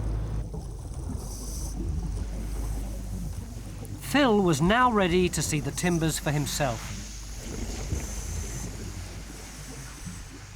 Okay, this is the most phenomenal thing I think I've ever seen. I've seen a few sights in my time, but I've never seen anything quite like that. I mean, it's just this enormous hole in the ground, and there's just this constant flow of sand just tweetering down into it. This enormous, great big sucking tube that is taking it all away, and visibility is pretty awful. And yet, at the bottom of it all, there's this unmistakable piece of timber. Incredible. Part of our boat is still intact, but we need to uncover more to find out which part and to reconstruct what it looked like. Oh, it's great with long hair, Oh. isn't it? So what did you see? Oh, it's the most amazing thing I've ever seen. How big was it? I reckon it must be yay big across, and I managed to get my fingers down the side of it. I don't know whether I quite got the bottom of it, but it felt like my fingers were going underneath. There it is, ship's timber. It's unbelievable. And does it look like there's any more of it? Yeah, at one stage, I mean, when I first saw them, the sucker, you could see what I'm sure that were just like the planks, the planking on this deck, series of them, and then as they moved the sucker across, of course, what I'd seen before all silted back over, and you got another one, and it was just, it just disappears into the sand on both sides. Have you seen this? Oh wow! Yeah, well that's it. See what I'm telling you. Look, I mean, well, you can see that's wood, but you tap it, it's like iron. Unbelievable. It is metallic, really metallic, isn't it? I mean, presumably it's a nail, isn't it? Yeah. I mean, look, it's like, well, you're virtually sat on one, aren't you? I mean, aren't we looking at something like that? But I mean, I don't know anything much about boats, but when you start looking at boats, and we're on one, you kind of realise what, they're exactly the same, really, aren't they? Timber and nails. Yeah. Stuart's studies showed Teignmouth's estuary would have provided a safe haven for any vessel, but he now believes the currents outside it would have been treacherous, and it was probably these that led to the destruction of our ship. Armed with this information, and after a night's sober reflection, Robin's reviewing his conclusions. Last night you said that you thought the coat of arms on the cannon was probably Dutch, which indicated it might be a Dutch wreck that we've got here. I was very careful last night. I said it was a possible identification. I reckon if you went right the way through European heraldry, you'd find a dozen families that would fit what we've been able to decipher on that gun. Bombshell was the word you used. What you're saying is you no longer think it's Dutch. I'm afraid so, yeah. Each individual section on that coat of arms could represent an individual merchant that clubbed in towards the purchase of this particular bit of armament. Yeah. So I don't think that, although it's a possible identification, there are other factors that lead me to believe otherwise. Which are what? The merchant seals? Well, for a start, we've got the guns which we know were Venetian in origin. Yeah. The two merchant seals lead me to suspect that it has to be a trading vessel rather than a fighting vessel. Why do you reckon this boat was here? I reckon that it probably went down in a storm, possibly trying to head into Teignmouth behind us and failing abysmally. Not only that, but probably that it went down at night in a fierce storm. Otherwise, the locals would have been out and taken those cannon ages ago, because it's relatively shallow water. And if they knew that a vessel had gone down, then it would have been rich pickings as far as they were concerned. I mean, I don't know whether you've seen the guns themselves, but they're incredibly rich specimens. You have to ally with that the fact that almost certainly every single man on the boat drowned in that storm. Because if one had got ashore, the inhabitants would have found out from him that there were those rich pickings just below the surface.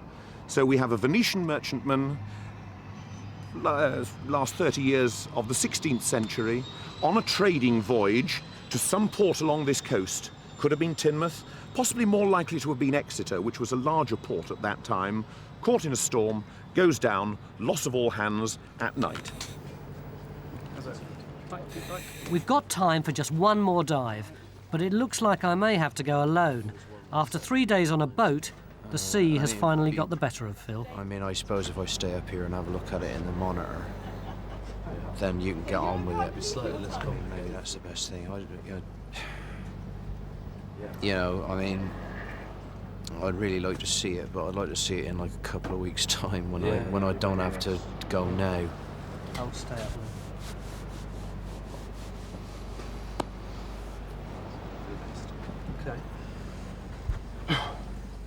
Okay. Yeah. Phil's bound to feel better when he gets out of his dive gear. But with just an hour's dive time left, there's no more time for sympathy. We have to get down and see how much of our ship we've managed to uncover.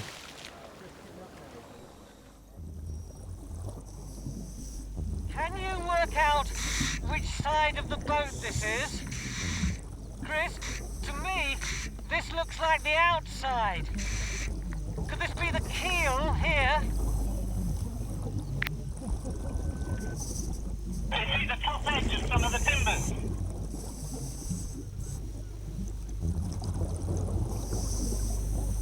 Look over the top here, the other side.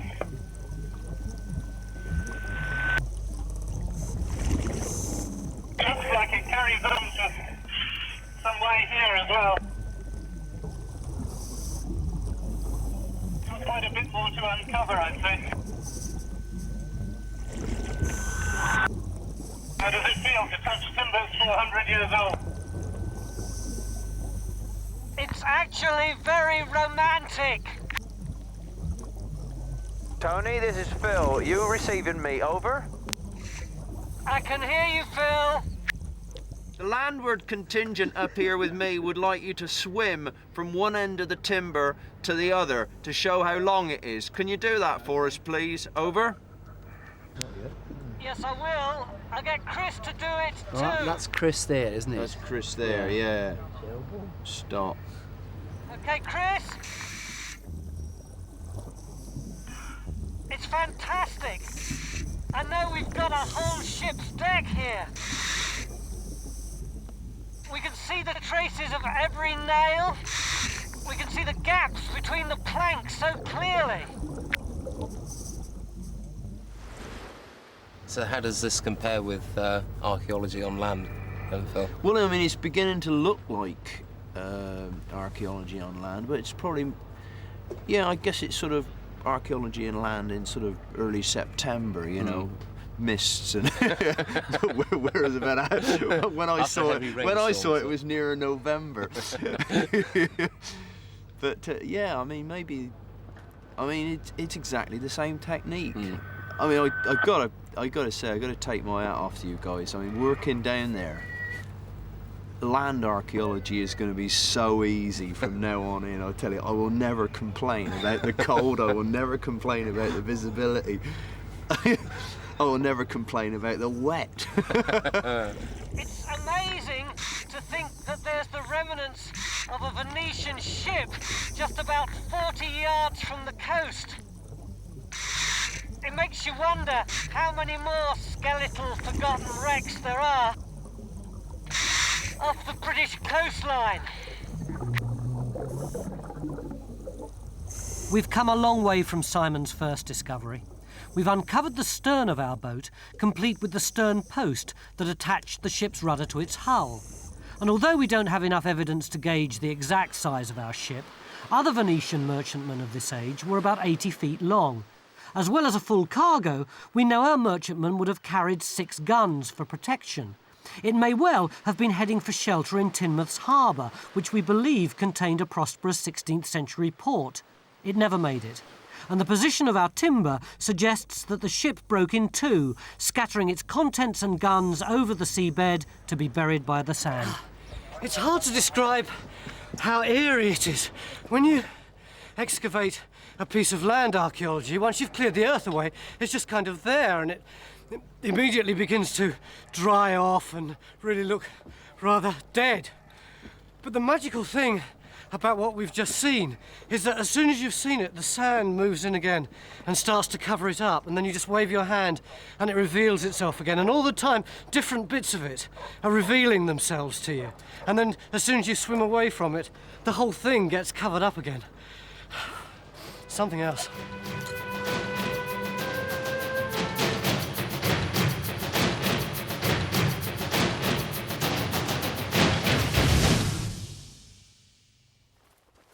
"18 months ago, Time Team discovered under this Gloucestershire field what may be one of the largest Roman villas yet excavated in Britain. We found whole ranges of rooms, including a beautiful bathhouse, arranged around 3 courtyards, spreading all over this plateau. But at the end of the 3 days, just when we thought we finally understood the villa, geophysics came up with another whole range of buildings running all the way up that hillside. Could this simply mean that the villa was even larger than we'd originally thought? Or was there something rather extraordinary happening here 1600 years ago? Time Team just had to come back to Turkdean to find out.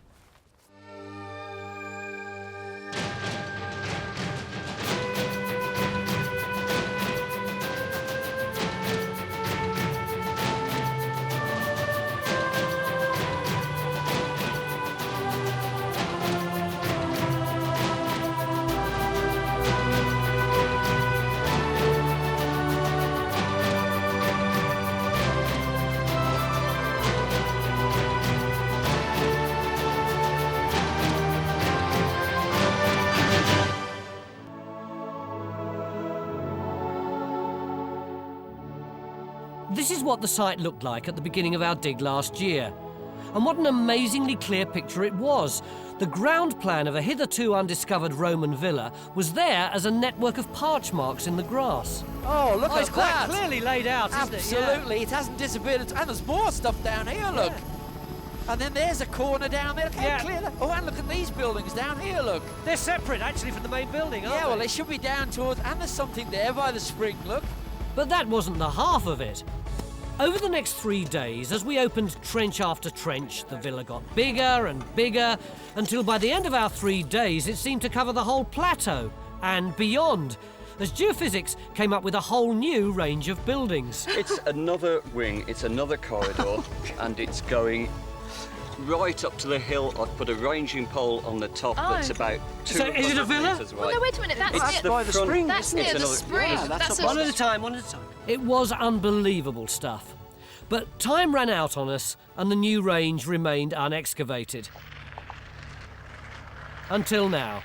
1 year on, we've come back for a second crack at unlocking the mysteries of this site. Over the past few days, everyone's been speculating about what we might have got here. Some people say that it's probably a villa that was built at a different time during the Roman period. Some people are saying it could be a temple because it was built near a spring, so it could be a ritual site. Other people are saying that it might just be part of the original villa, a sort of granny wing. What is it? Well, it could be any of those. So how are we going to find out? Well, we dig, of course, you know, we dig some trenches. Where? Well, you wait till you see the geophysics.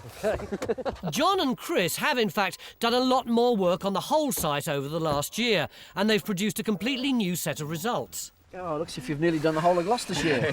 Feels like it as well.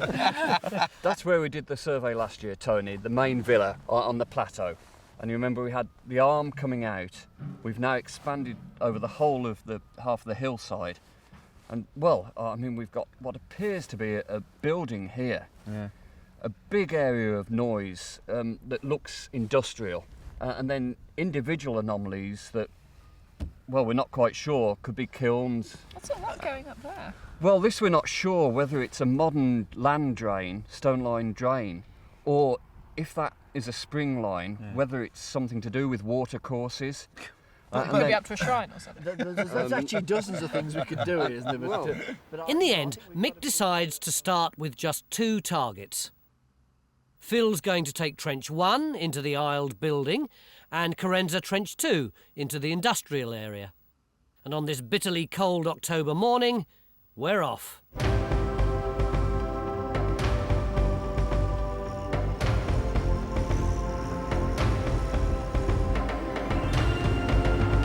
Last year, we found walls just inches under the surface, and there's an air of nervous anticipation as the machines get to work.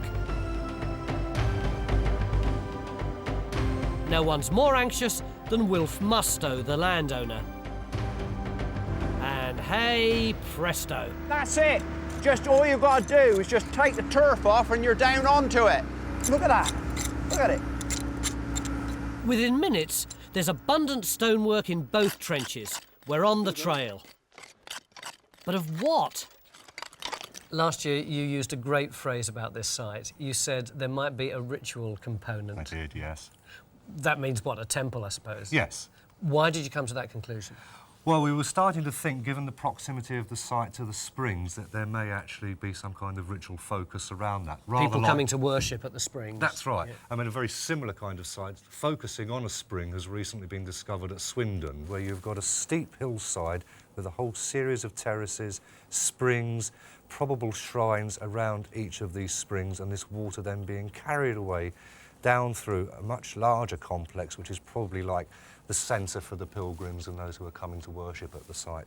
However, having seen the rest of the geophysics here now, there are no obvious structures that one would point to and say a temple.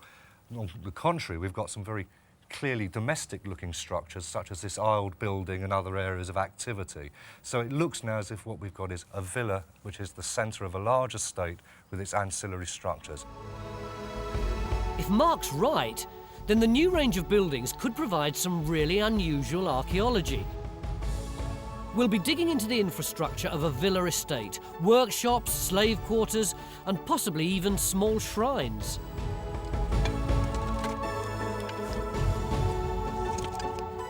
But first things first, we need evidence the new range is actually Roman, and in Trench 2, Carenza thinks she has it. But we've got a very small coin from there, which is rather nice. Take a look at that.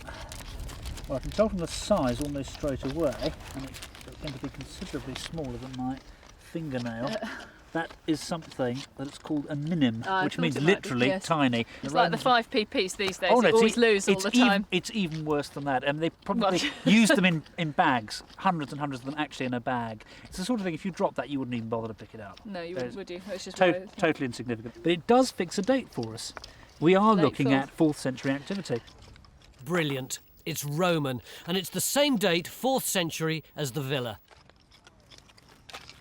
And taken with a growing collection of slag fragments, it's beginning to look as if this area was some kind of workshop, though there's a way to go before we'll know what was made here.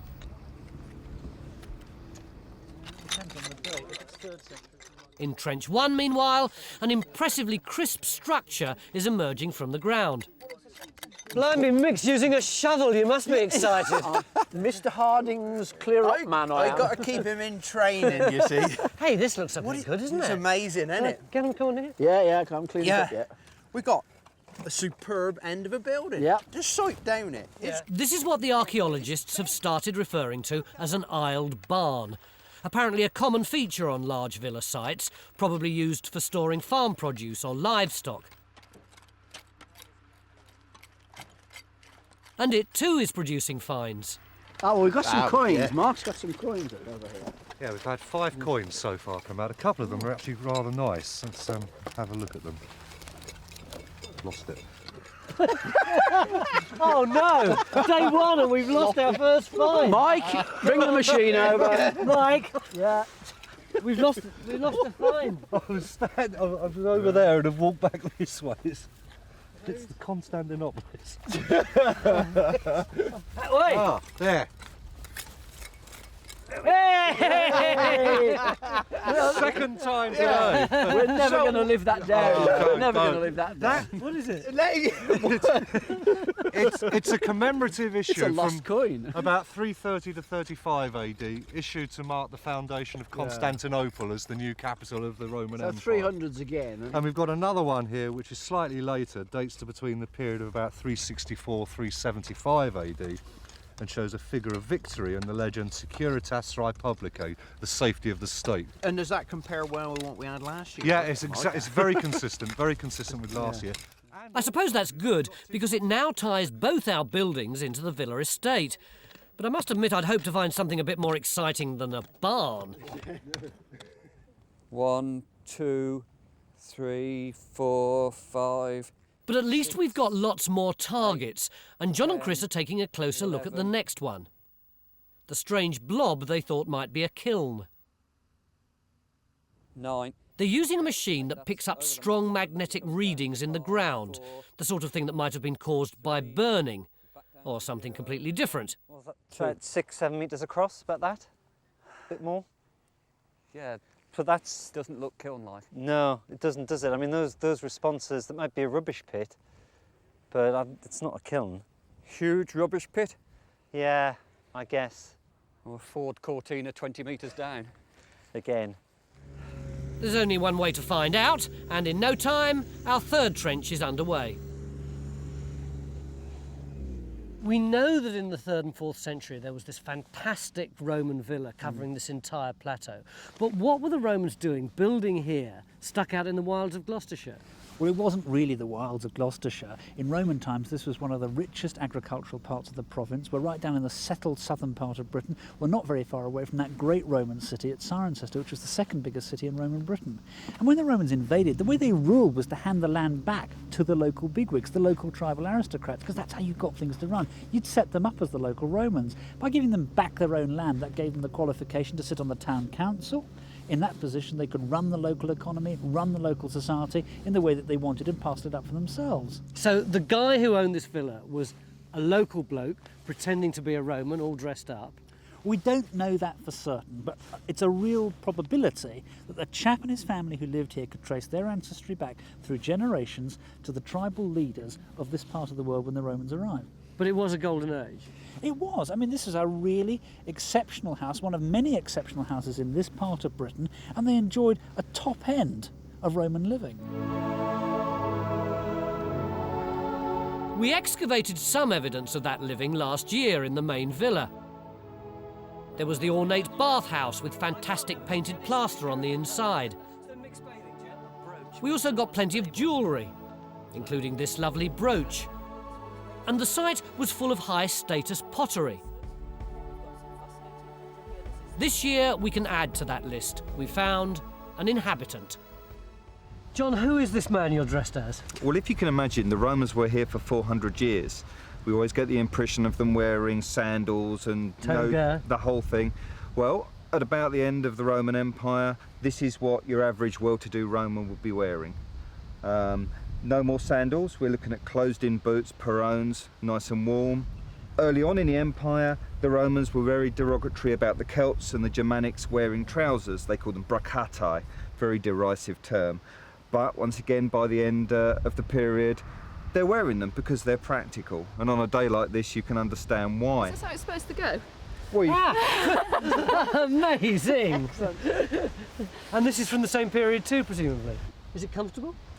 It's a bit bulky. I mean, I don't know how easily you'll be able to move about, really, to anything practical. It's not too cold, though I have got jeans on underneath at the moment, so I don't know what it would be like. It's a bit drafty around the ankles, I must say. Well, if she hadn't been wearing her Roman jeans, what would she have been wearing under her dress? They would have worn Roman underwear. They would have been linen bloomers, basically. They found a pair of Roman knickers, didn't they? Well, they've got somewhere? leather knickers from London, but I That's don't think it, they're worn yes, by yeah. everybody. They'd be jolly uncomfortable. Leather knickers. Leather knickers, now there's a thing.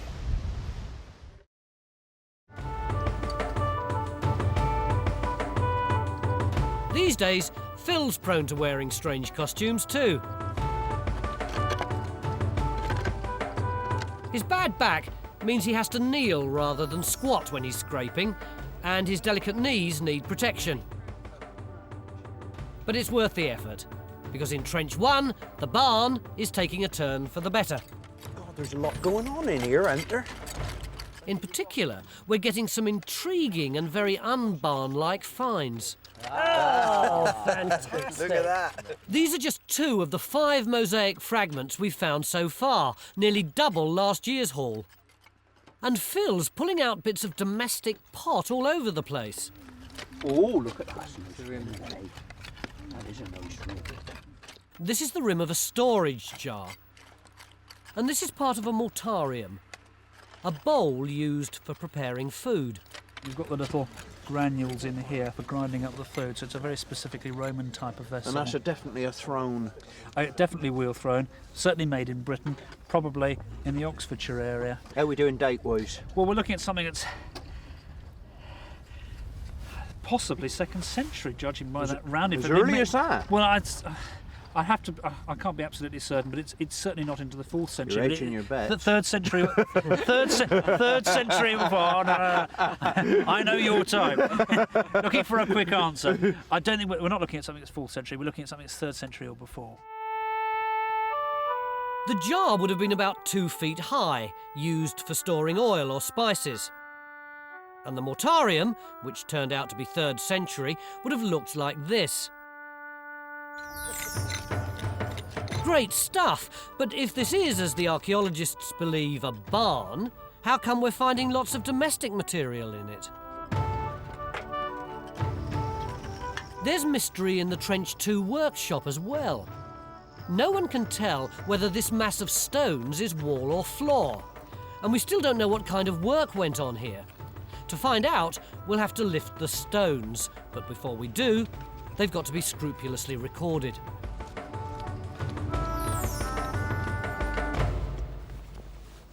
So Carenza has moved on to Trench 3, the one on the blob, where she seems to have found neither kiln nor cortina. This looks like clay. It looks like clay from down here as well, actually. So is there anything there at all? Well, yeah, there is. We've got an edge here. So we've got a lot of stones in the edge here, and there's pink here suggesting there's been heat or burning, changing the colour of the limestone. We're in the sort of bottom left-hand quadrant of that big circular blob. So like the rest of it goes up right round there behind you and down sort of just behind us. What do you think it might be? Well, I was talking to Mark about it, and he came up with what is a very interesting idea, I think, as to whether it's not a lime kiln. I mean, there's no indication of date, and there are all sorts of... presumably it could be Saxon or medieval. It doesn't have to be Roman. One bit of Roman pot. But you see, that's very interesting, because it could either be the lime kiln to make the mortar for the Roman buildings down there, or it could equally well be something from the Middle Ages where they're robbing the remains of the Roman villa, reducing it to lime to take off the mortar in the churches and manor houses around here.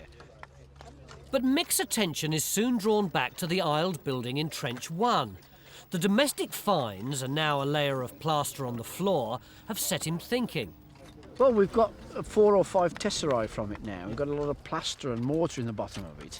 So, you know, it's probably not an agricultural building as far, you know, from that. And we've got some nice pottery. So what do you think it could be? Well, I mean, it just crossed my mind it might be, you know, where the main house was, perhaps. Well, that would be a bit different, wouldn't it? Well, I mean, you know, we didn't get much like that last year, so, you know, I mean, there ought to be something that's a bit more domestic and house-like here somewhere.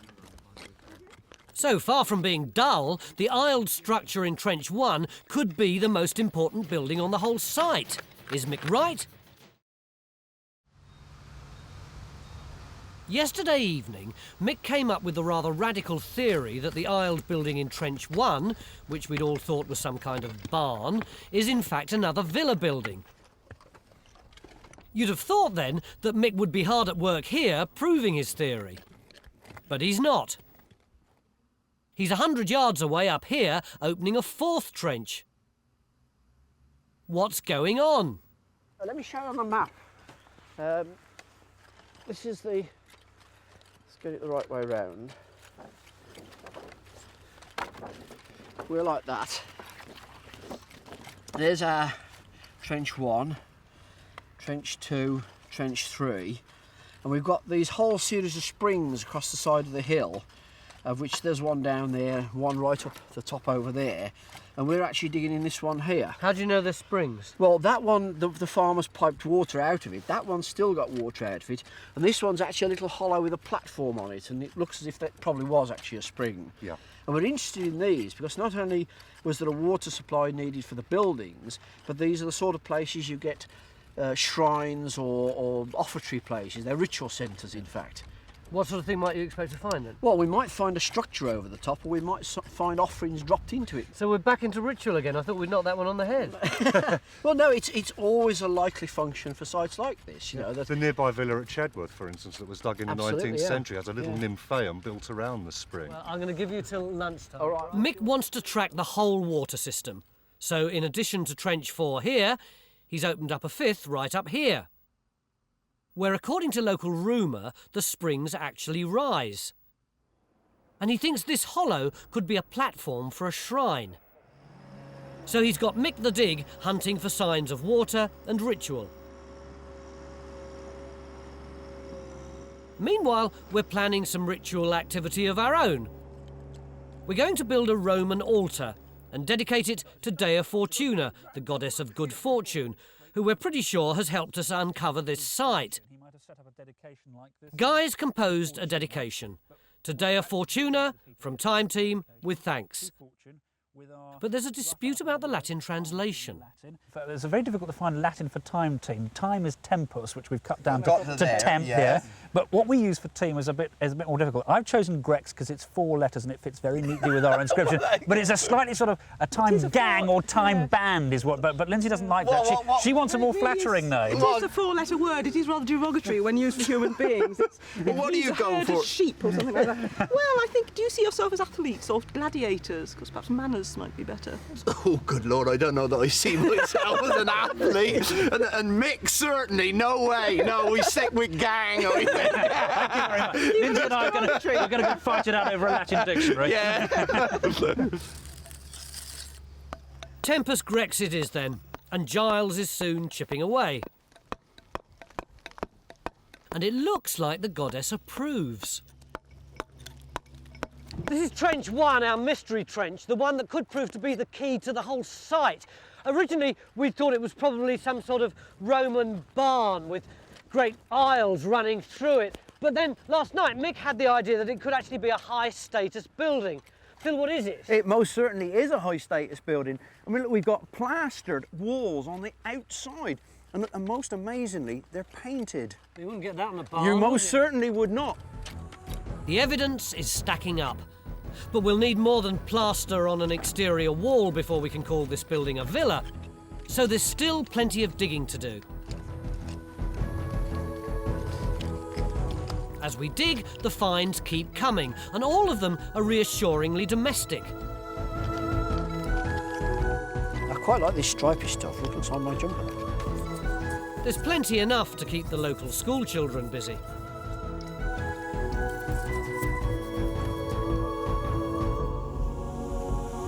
But the news from the industrial trenches is less good. A layer of charcoal in the Trench 3 pit confirms its use as a kiln, but there's no chance of dating it. And the stonework in Trench 2 is several layers thick, and it doesn't look like we'll ever untangle it. So Mick decides to close them both. How are you getting on here, Vaughan? Oh, Well, wow. I think that's amazing. Good grief, something. That's flowing under there, isn't it? It certainly is. Can we get the capstones off? And Yep. look? Can I help it? Be careful they don't fall in. Yeah. Don't fall in. Got it. Now, can I give you a hand with this one? You can see, isn't that clear, the water in there? And look how deep it all is. Well, I'm just thinking, our question with this was whether it was anything to do with the Roman occupation here, David. Do you think that's possible? Would you get I something think still running like I think it's highly likely. I mean, you'd expect a water supply to feed the villa. There's an awful lot of scale built There up was- on the sides. There was here. something very similar to this discovered at Woodchester, Really? which was definitely Roman, and the water was still flowing through it. Like this is flowing Such as through you can see here. And it's very deep within the section, isn't it? It It's is. got a good. That's the level at which it's cut in, and there's a good 2/3 of a metre of soil That's above right. it. So it is very likely it could be Roman. That's absolutely fantastic. Isn't it amazing just seeing it flowing just- like that? and listening this is to what it. the Romans would have Yes. drunk from.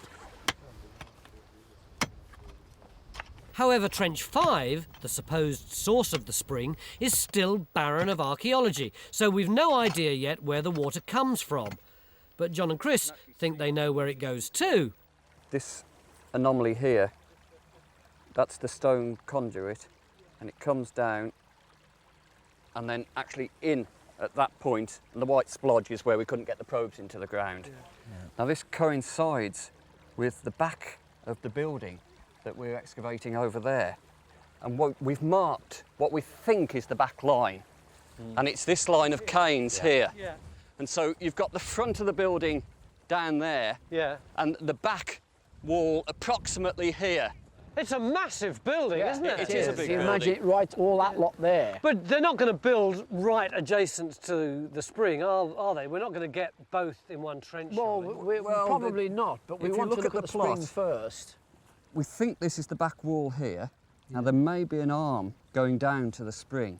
So John and Chris think they've found not only the other end of the aisled building, but a possible link between it and the spring outflow. And Mick, in fact, decides to open 2 new trenches. Trench 6A, from the corner of the building to the spring outflow, and Trench 6B, further along, to establish the other corner. And by lunchtime, we've got diggers hard at work in 5 trenches across the site.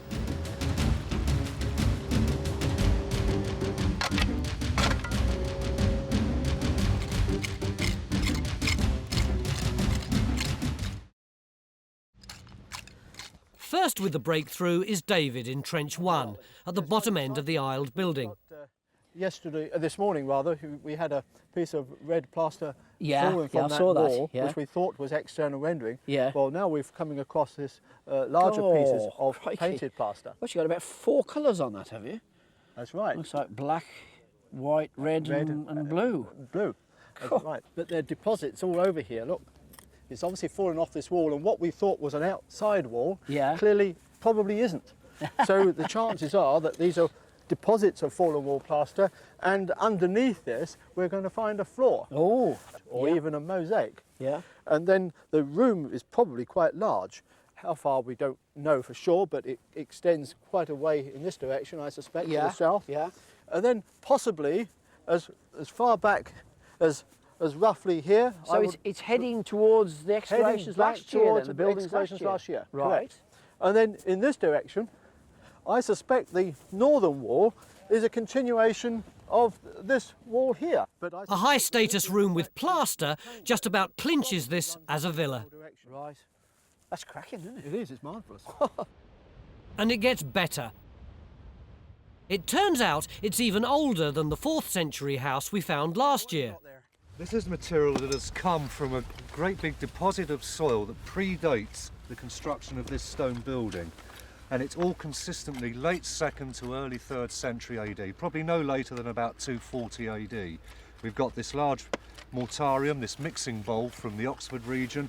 The rim form is typical of a type that dates to the late 2nd, early 3rd century AD. We've got evidence for milling on a perhaps industrial scale with this very large millstone. You can see the rilling on the edge here, probably from Yorkshire, millstone grit. We've got part of a tankard for drinking out of. This is a classic 2nd and 3rd century form in the Severn Valley. And we've also got pieces of decorated Samian ware, which would also be consistent with the 2nd century date. So now, hold on. Does that mean that the building would be 2nd century, or could that be fill that's gone in This is fill that has gone in to level up this area prior to the construction of this building. So it's a very important piece of evidence. It tells us our new building predates the one we excavated last year by up to 100 years, and it looked rather different. It's almost like a church in its basic form. The building seems divided with a nave and aisles, and then in Trench 1, we now know that we think we know that we're going to have a cross range at the west end, such as you see here. But do you think we're actually looking at somewhere that people were living in, or do you think this is just an out hall or something like that? Definitely living in this one, and they're living in quite sophisticated rooms. Don't forget that sometimes these buildings get very developed over the years. For example, you may find that the aisles get divided and in some cases even get given mosaics. So although it's not as elaborate in construction as last year's, it could still have been a very impressive building. And all the while, Carenza's been scraping away at this end of it in trenches 6A and B. Sadly, she's found no sign of a link to the springs.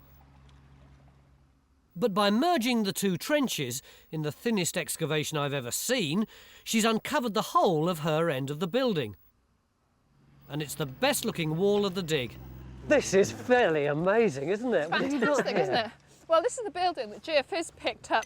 As you can see, we've got a wall coming in dead straight here, 90-degree turn, dead straight. Almost too good to be all true, the way actually, along isn't it? here. And then another 90-degree turn off this way. What's this here? This is roof stone. So this is what this building would have been roofed with. So we're really pleased to discover that, because that's a big help in trying to work out what the building looked like.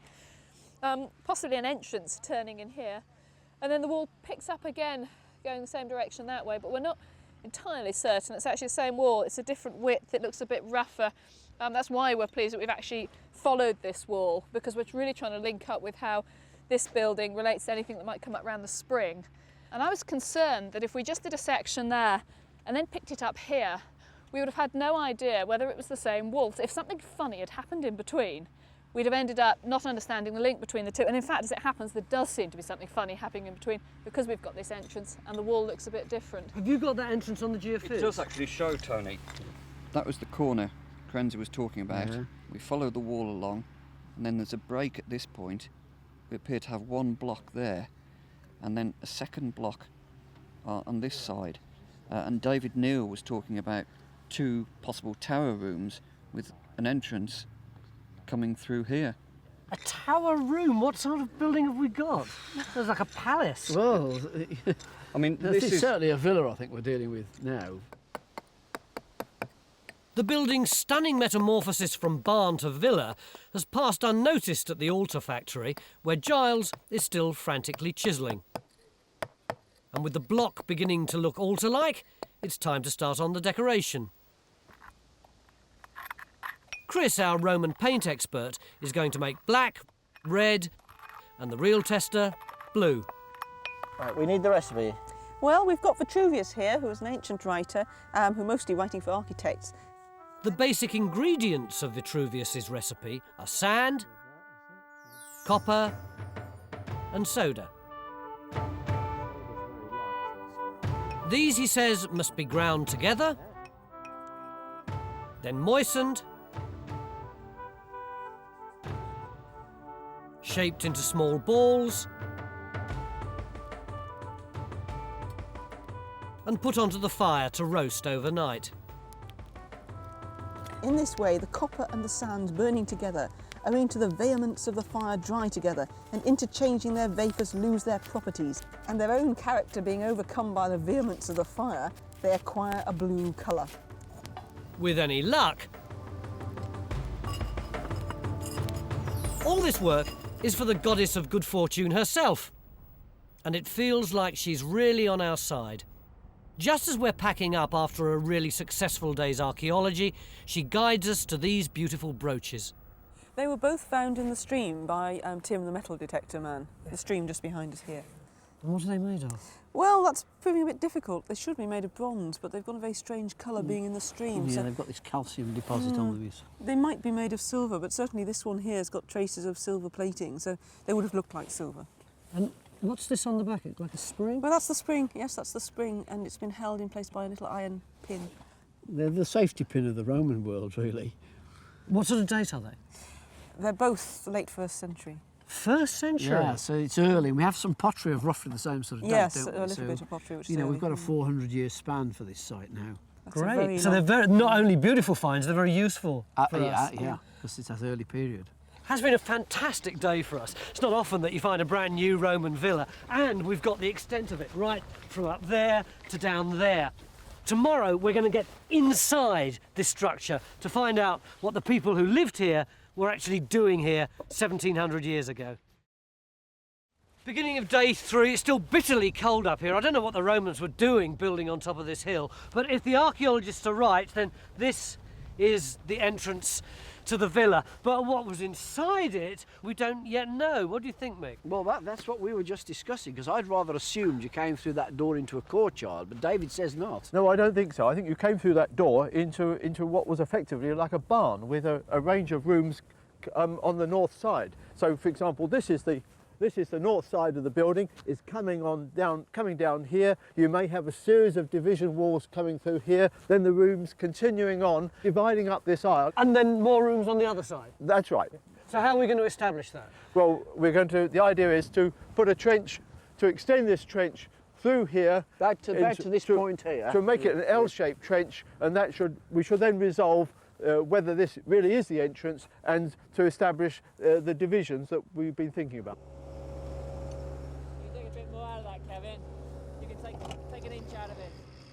While the mechanical digger extends trench 6 at the front of the building, Phil and David have got something to show Mick at the other end, in trench 1.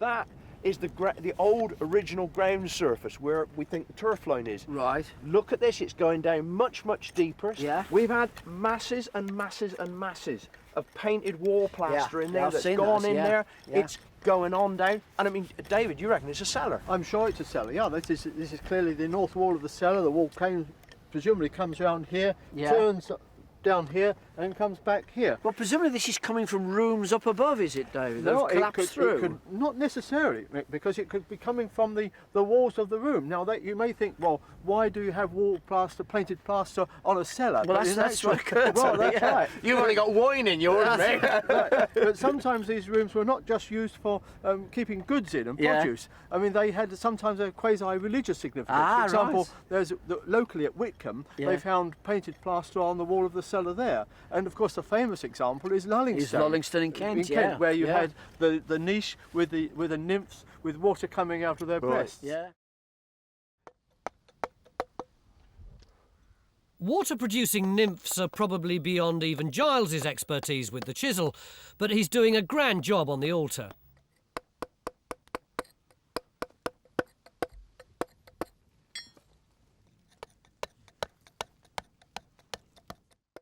In the paint shop, however, Chris is looking worried.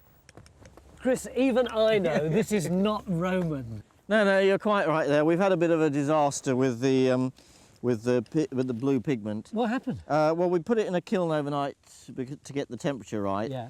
And it's melted the pot, so it's got up to temperature, but it hasn't gone blue. That is definitely not blue, is it? So we're having to resort to modern methods. Ooh, got a bit of poke, isn't it?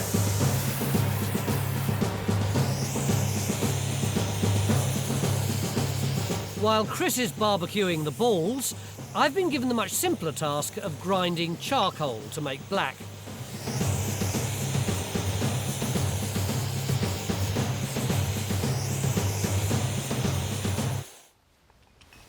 As the balls cool down, Chris sets about making the red pigment from yellow ochre by heating it. And that'll turn red, will it? Yeah, that's the general idea. Sounds dodgy to me, but what do I know? Well, it seems to be going already. Oh, it's smoky, isn't it? Conditions these Romans worked in. Now all we need is a little vinegar. How much do I put in? Well, put a splash in and then a bit more. Let's pour it a bit more in. Yeah, Oh, that's very red, isn't it? It's a very nice colour, that. Yeah, well, that'll do our lettering or inscription.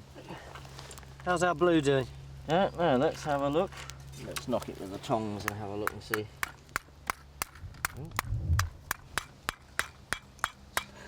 Well, doesn't seem to have gone blue, does it? It's still a bit grey on the inside, so I think we're going to have another couple of goes with the blowtorch on that. It's all going much better down on the site.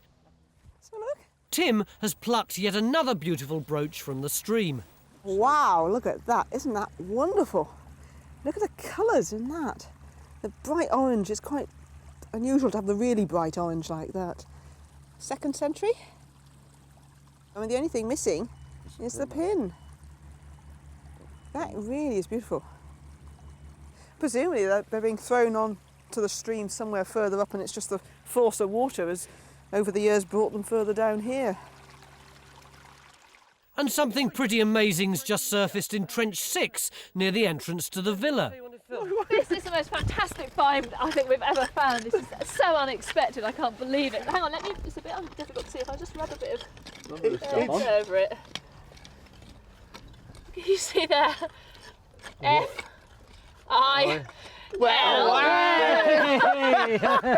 wow, look at that. What a sound choice of a name to write in a block of stone. I'm not sure we haven't got a bit of a C coming through at the Yeah, bottom we here. seem to have other letters actually. Sorry. There is a suggestion of a letter just there. No, Phil is perfectly sufficient. And another letter. Yeah. What do you think it might be, David? It looks quite crude. Surprisingly. Well, that'll fit. Well, I assume that it's part of it's been in a wall. Some is cut inscription, conceivably associated with a memorial stone. That is possible. And then clearly it's been demolished, and the stone has been rebuilt into this. With the archaeology in great shape, Mick heads for the incident room, where he hopes the finds will reveal something about life inside our villa. How are you getting on then? Any idea? We've got masses of stuff, including Samian pottery, coins, a child's earring, and this lot, the wall plaster from the cellar in Trench 1. Some of the ornate decoration is amazingly well preserved and suggests a distinctive colour scheme. The basic theme of this room was obviously mustard yellow. Yes. So it must have been like living in a pot of pea and ham soup. Not to our taste at all. Yeah. Lindsay's also had a closer look at the 2 brooches we found yesterday and has noticed something peculiar. They both seem to have been snapped in half. What, deliberately, do you mean? Yes, I think they have been, because neither of these are broken where you would expect them to be broken, and that does suggest that they have been thrown into the stream as part of a ritual activity. Really? You ritually kill the object as Yes, you throw it if into you the break stream. it, you destroy its power. Nobody else can use it, and you've ended it. These brooches are our first real evidence the springs were a focus of ritual activity. They might have been thrown into the system up here, where the springs are said to rise. Lovely. You can take that loose out of there, Kevin. Yeah. And clear through again. I'll go and have a look. Okay. Except Trench 5 is still dry as a bone.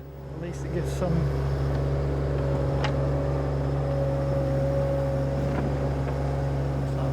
Let's have a look at that, Kevin.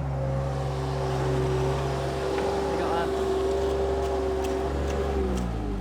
Some more stone down here. Solid, isn't it? More... What's that? What's that loose slab? It's a bit more flat and stuff. Oh. And you've got water again. Water. It looks very similar to the culvert down in the other trench, doesn't it?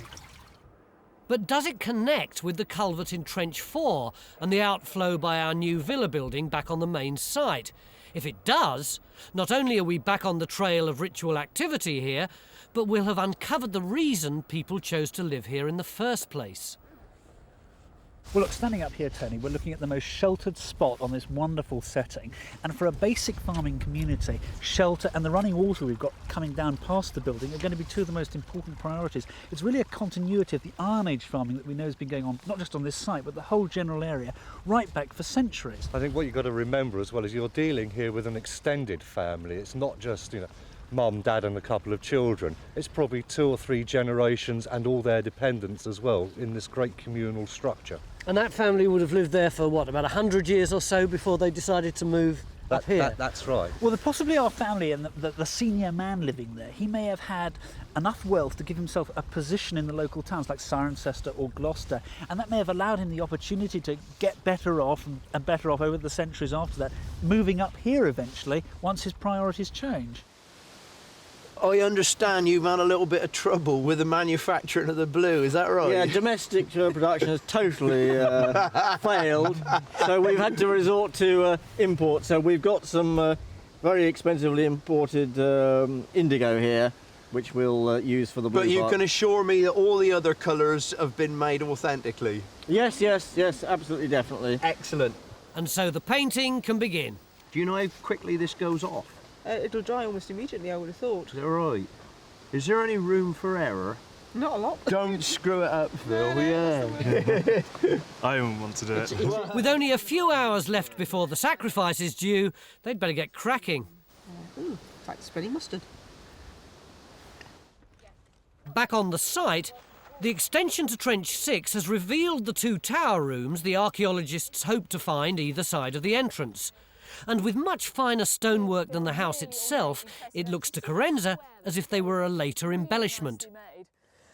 But these little rooms in here that were added on, they really look very tiny, almost functionless. Well, I think that's probably, yes, I mean, they're small enough to have a guard or keep a few bits and pieces in, but yes, I think really it's embellishment. It's to make the building look more impressive. It's to create a very imposing facade for anyone approaching from down here. And the walls are so much better made than the really rather rough walls that we've got there. It's a big step up. Instead of just being a nice looking farmhouse, you're making it into a really impressive residence.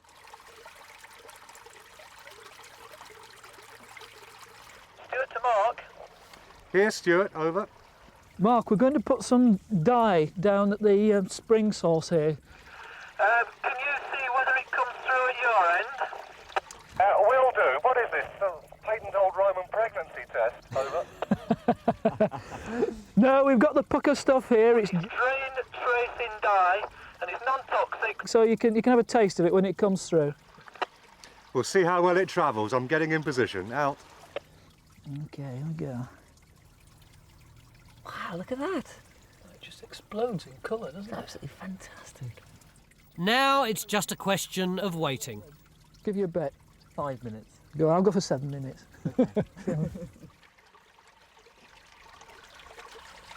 1 minute. 3 minutes. 4 minutes. Until... Hello, Stuart. We have blue water down here. Blue water. Over. Oh, fantastic. We know where the water's coming from. And we know where it's going. But do we? Will it reach the outflow by our villa?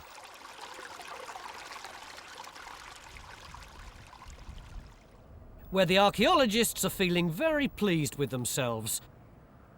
A brand new villa is pretty good going for 3 days' work. I'm a Roman potential buyer of your villa. Bijou dwelling, yes. You can impress me, can you? Very high status. Oh, I can see these lovely great tower That's rooms right, here. This is your entrance, you'd come through. Cobbled entrance Then hall. we open the doors, Yeah. which leads us into this aisled hall. It's a bit like a church with a very high roof. How high? Oh, 40 feet perhaps. Wow. Yeah. As Do high you as like the that, timberwork with at the top? Clerestory windows along the side. And I've got rooms here? Rooms to the north, all along that side, perhaps rooms And along down here. that side of there. And don't forget, we'll share this with animals and farm equipment. Yeah. What sort of windows did you say? Clerestory windows. What's These that are mean? little small windows at the tops of the walls. Just like a church, high up in windows. the wall. Yeah. And then here we come down to these apartments at this end. Yes. So that imagine then, as you walked across, you would have walked into a room above the cellar. All your living rooms are probably up at this level, you see, because it would have come more or less on a level from the door where we came in. Yeah. So a lot of it's going on up above us here. Right. That's where your main living rooms would be. It's a nice place. Yeah, It's well, beautiful. You know, you fancy it then? We got planning permission for a new one over on that hill. And a swimming pool. Yeah, and the swimming pool. All right, I'll live here for about 100 years. Yeah. And then I'll go and live up on the hill. So the story of the new villa is complete. There may well have been a very basic house here in the 1st and 2nd centuries.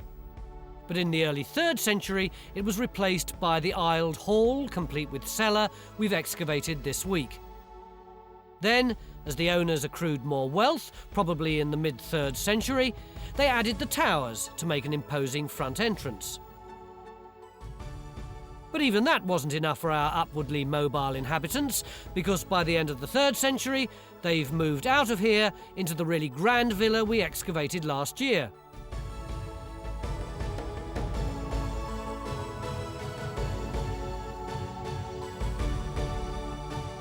And to cap it all, we've got the final results from the pregnancy test. This is the outflow by Trench 6. Look at this. Oh, magic. Yeah. How long did it take then? We You reckon time it? about 12 minutes 12. to get right down we here. were both wrong up there. Mick reckoned 5, I reckoned 7. Yeah. So, 12 minutes, and that's what? 250 metres Yeah. maximum? well, we've definitely got the spring head up there. The water's Right. bubbling out. We've got Right, stone lining good, to it. That's good. the original Roman spring head up there. You're happy about that Absolutely now? happy, yeah. Excellent. Yeah. So these culverts down here must be Roman. They've got to be. It's basically an aqueduct system. Yeah, yeah. So now we feel we've really cracked the whole site. Imagine the imposing 4th century house on the hill with its 3 courtyards. The old villa down the hill now houses farm workers and slaves. Overlooking the site is a shrine at the head of the water system that probably brought the inhabitants here in the first place. So all that remains now is to give thanks to the goddess who helped us find it all. Where would it have been positioned? Well, somewhere in the house or in the shrine of the house. This is a household altar.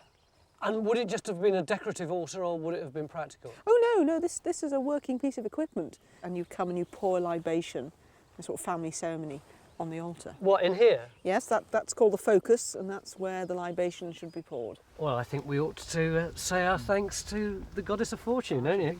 I'm going to mess it up a bit. To the goddess of good fortune. The goddess of good fortune. It's gone blue, look! It's a miracle!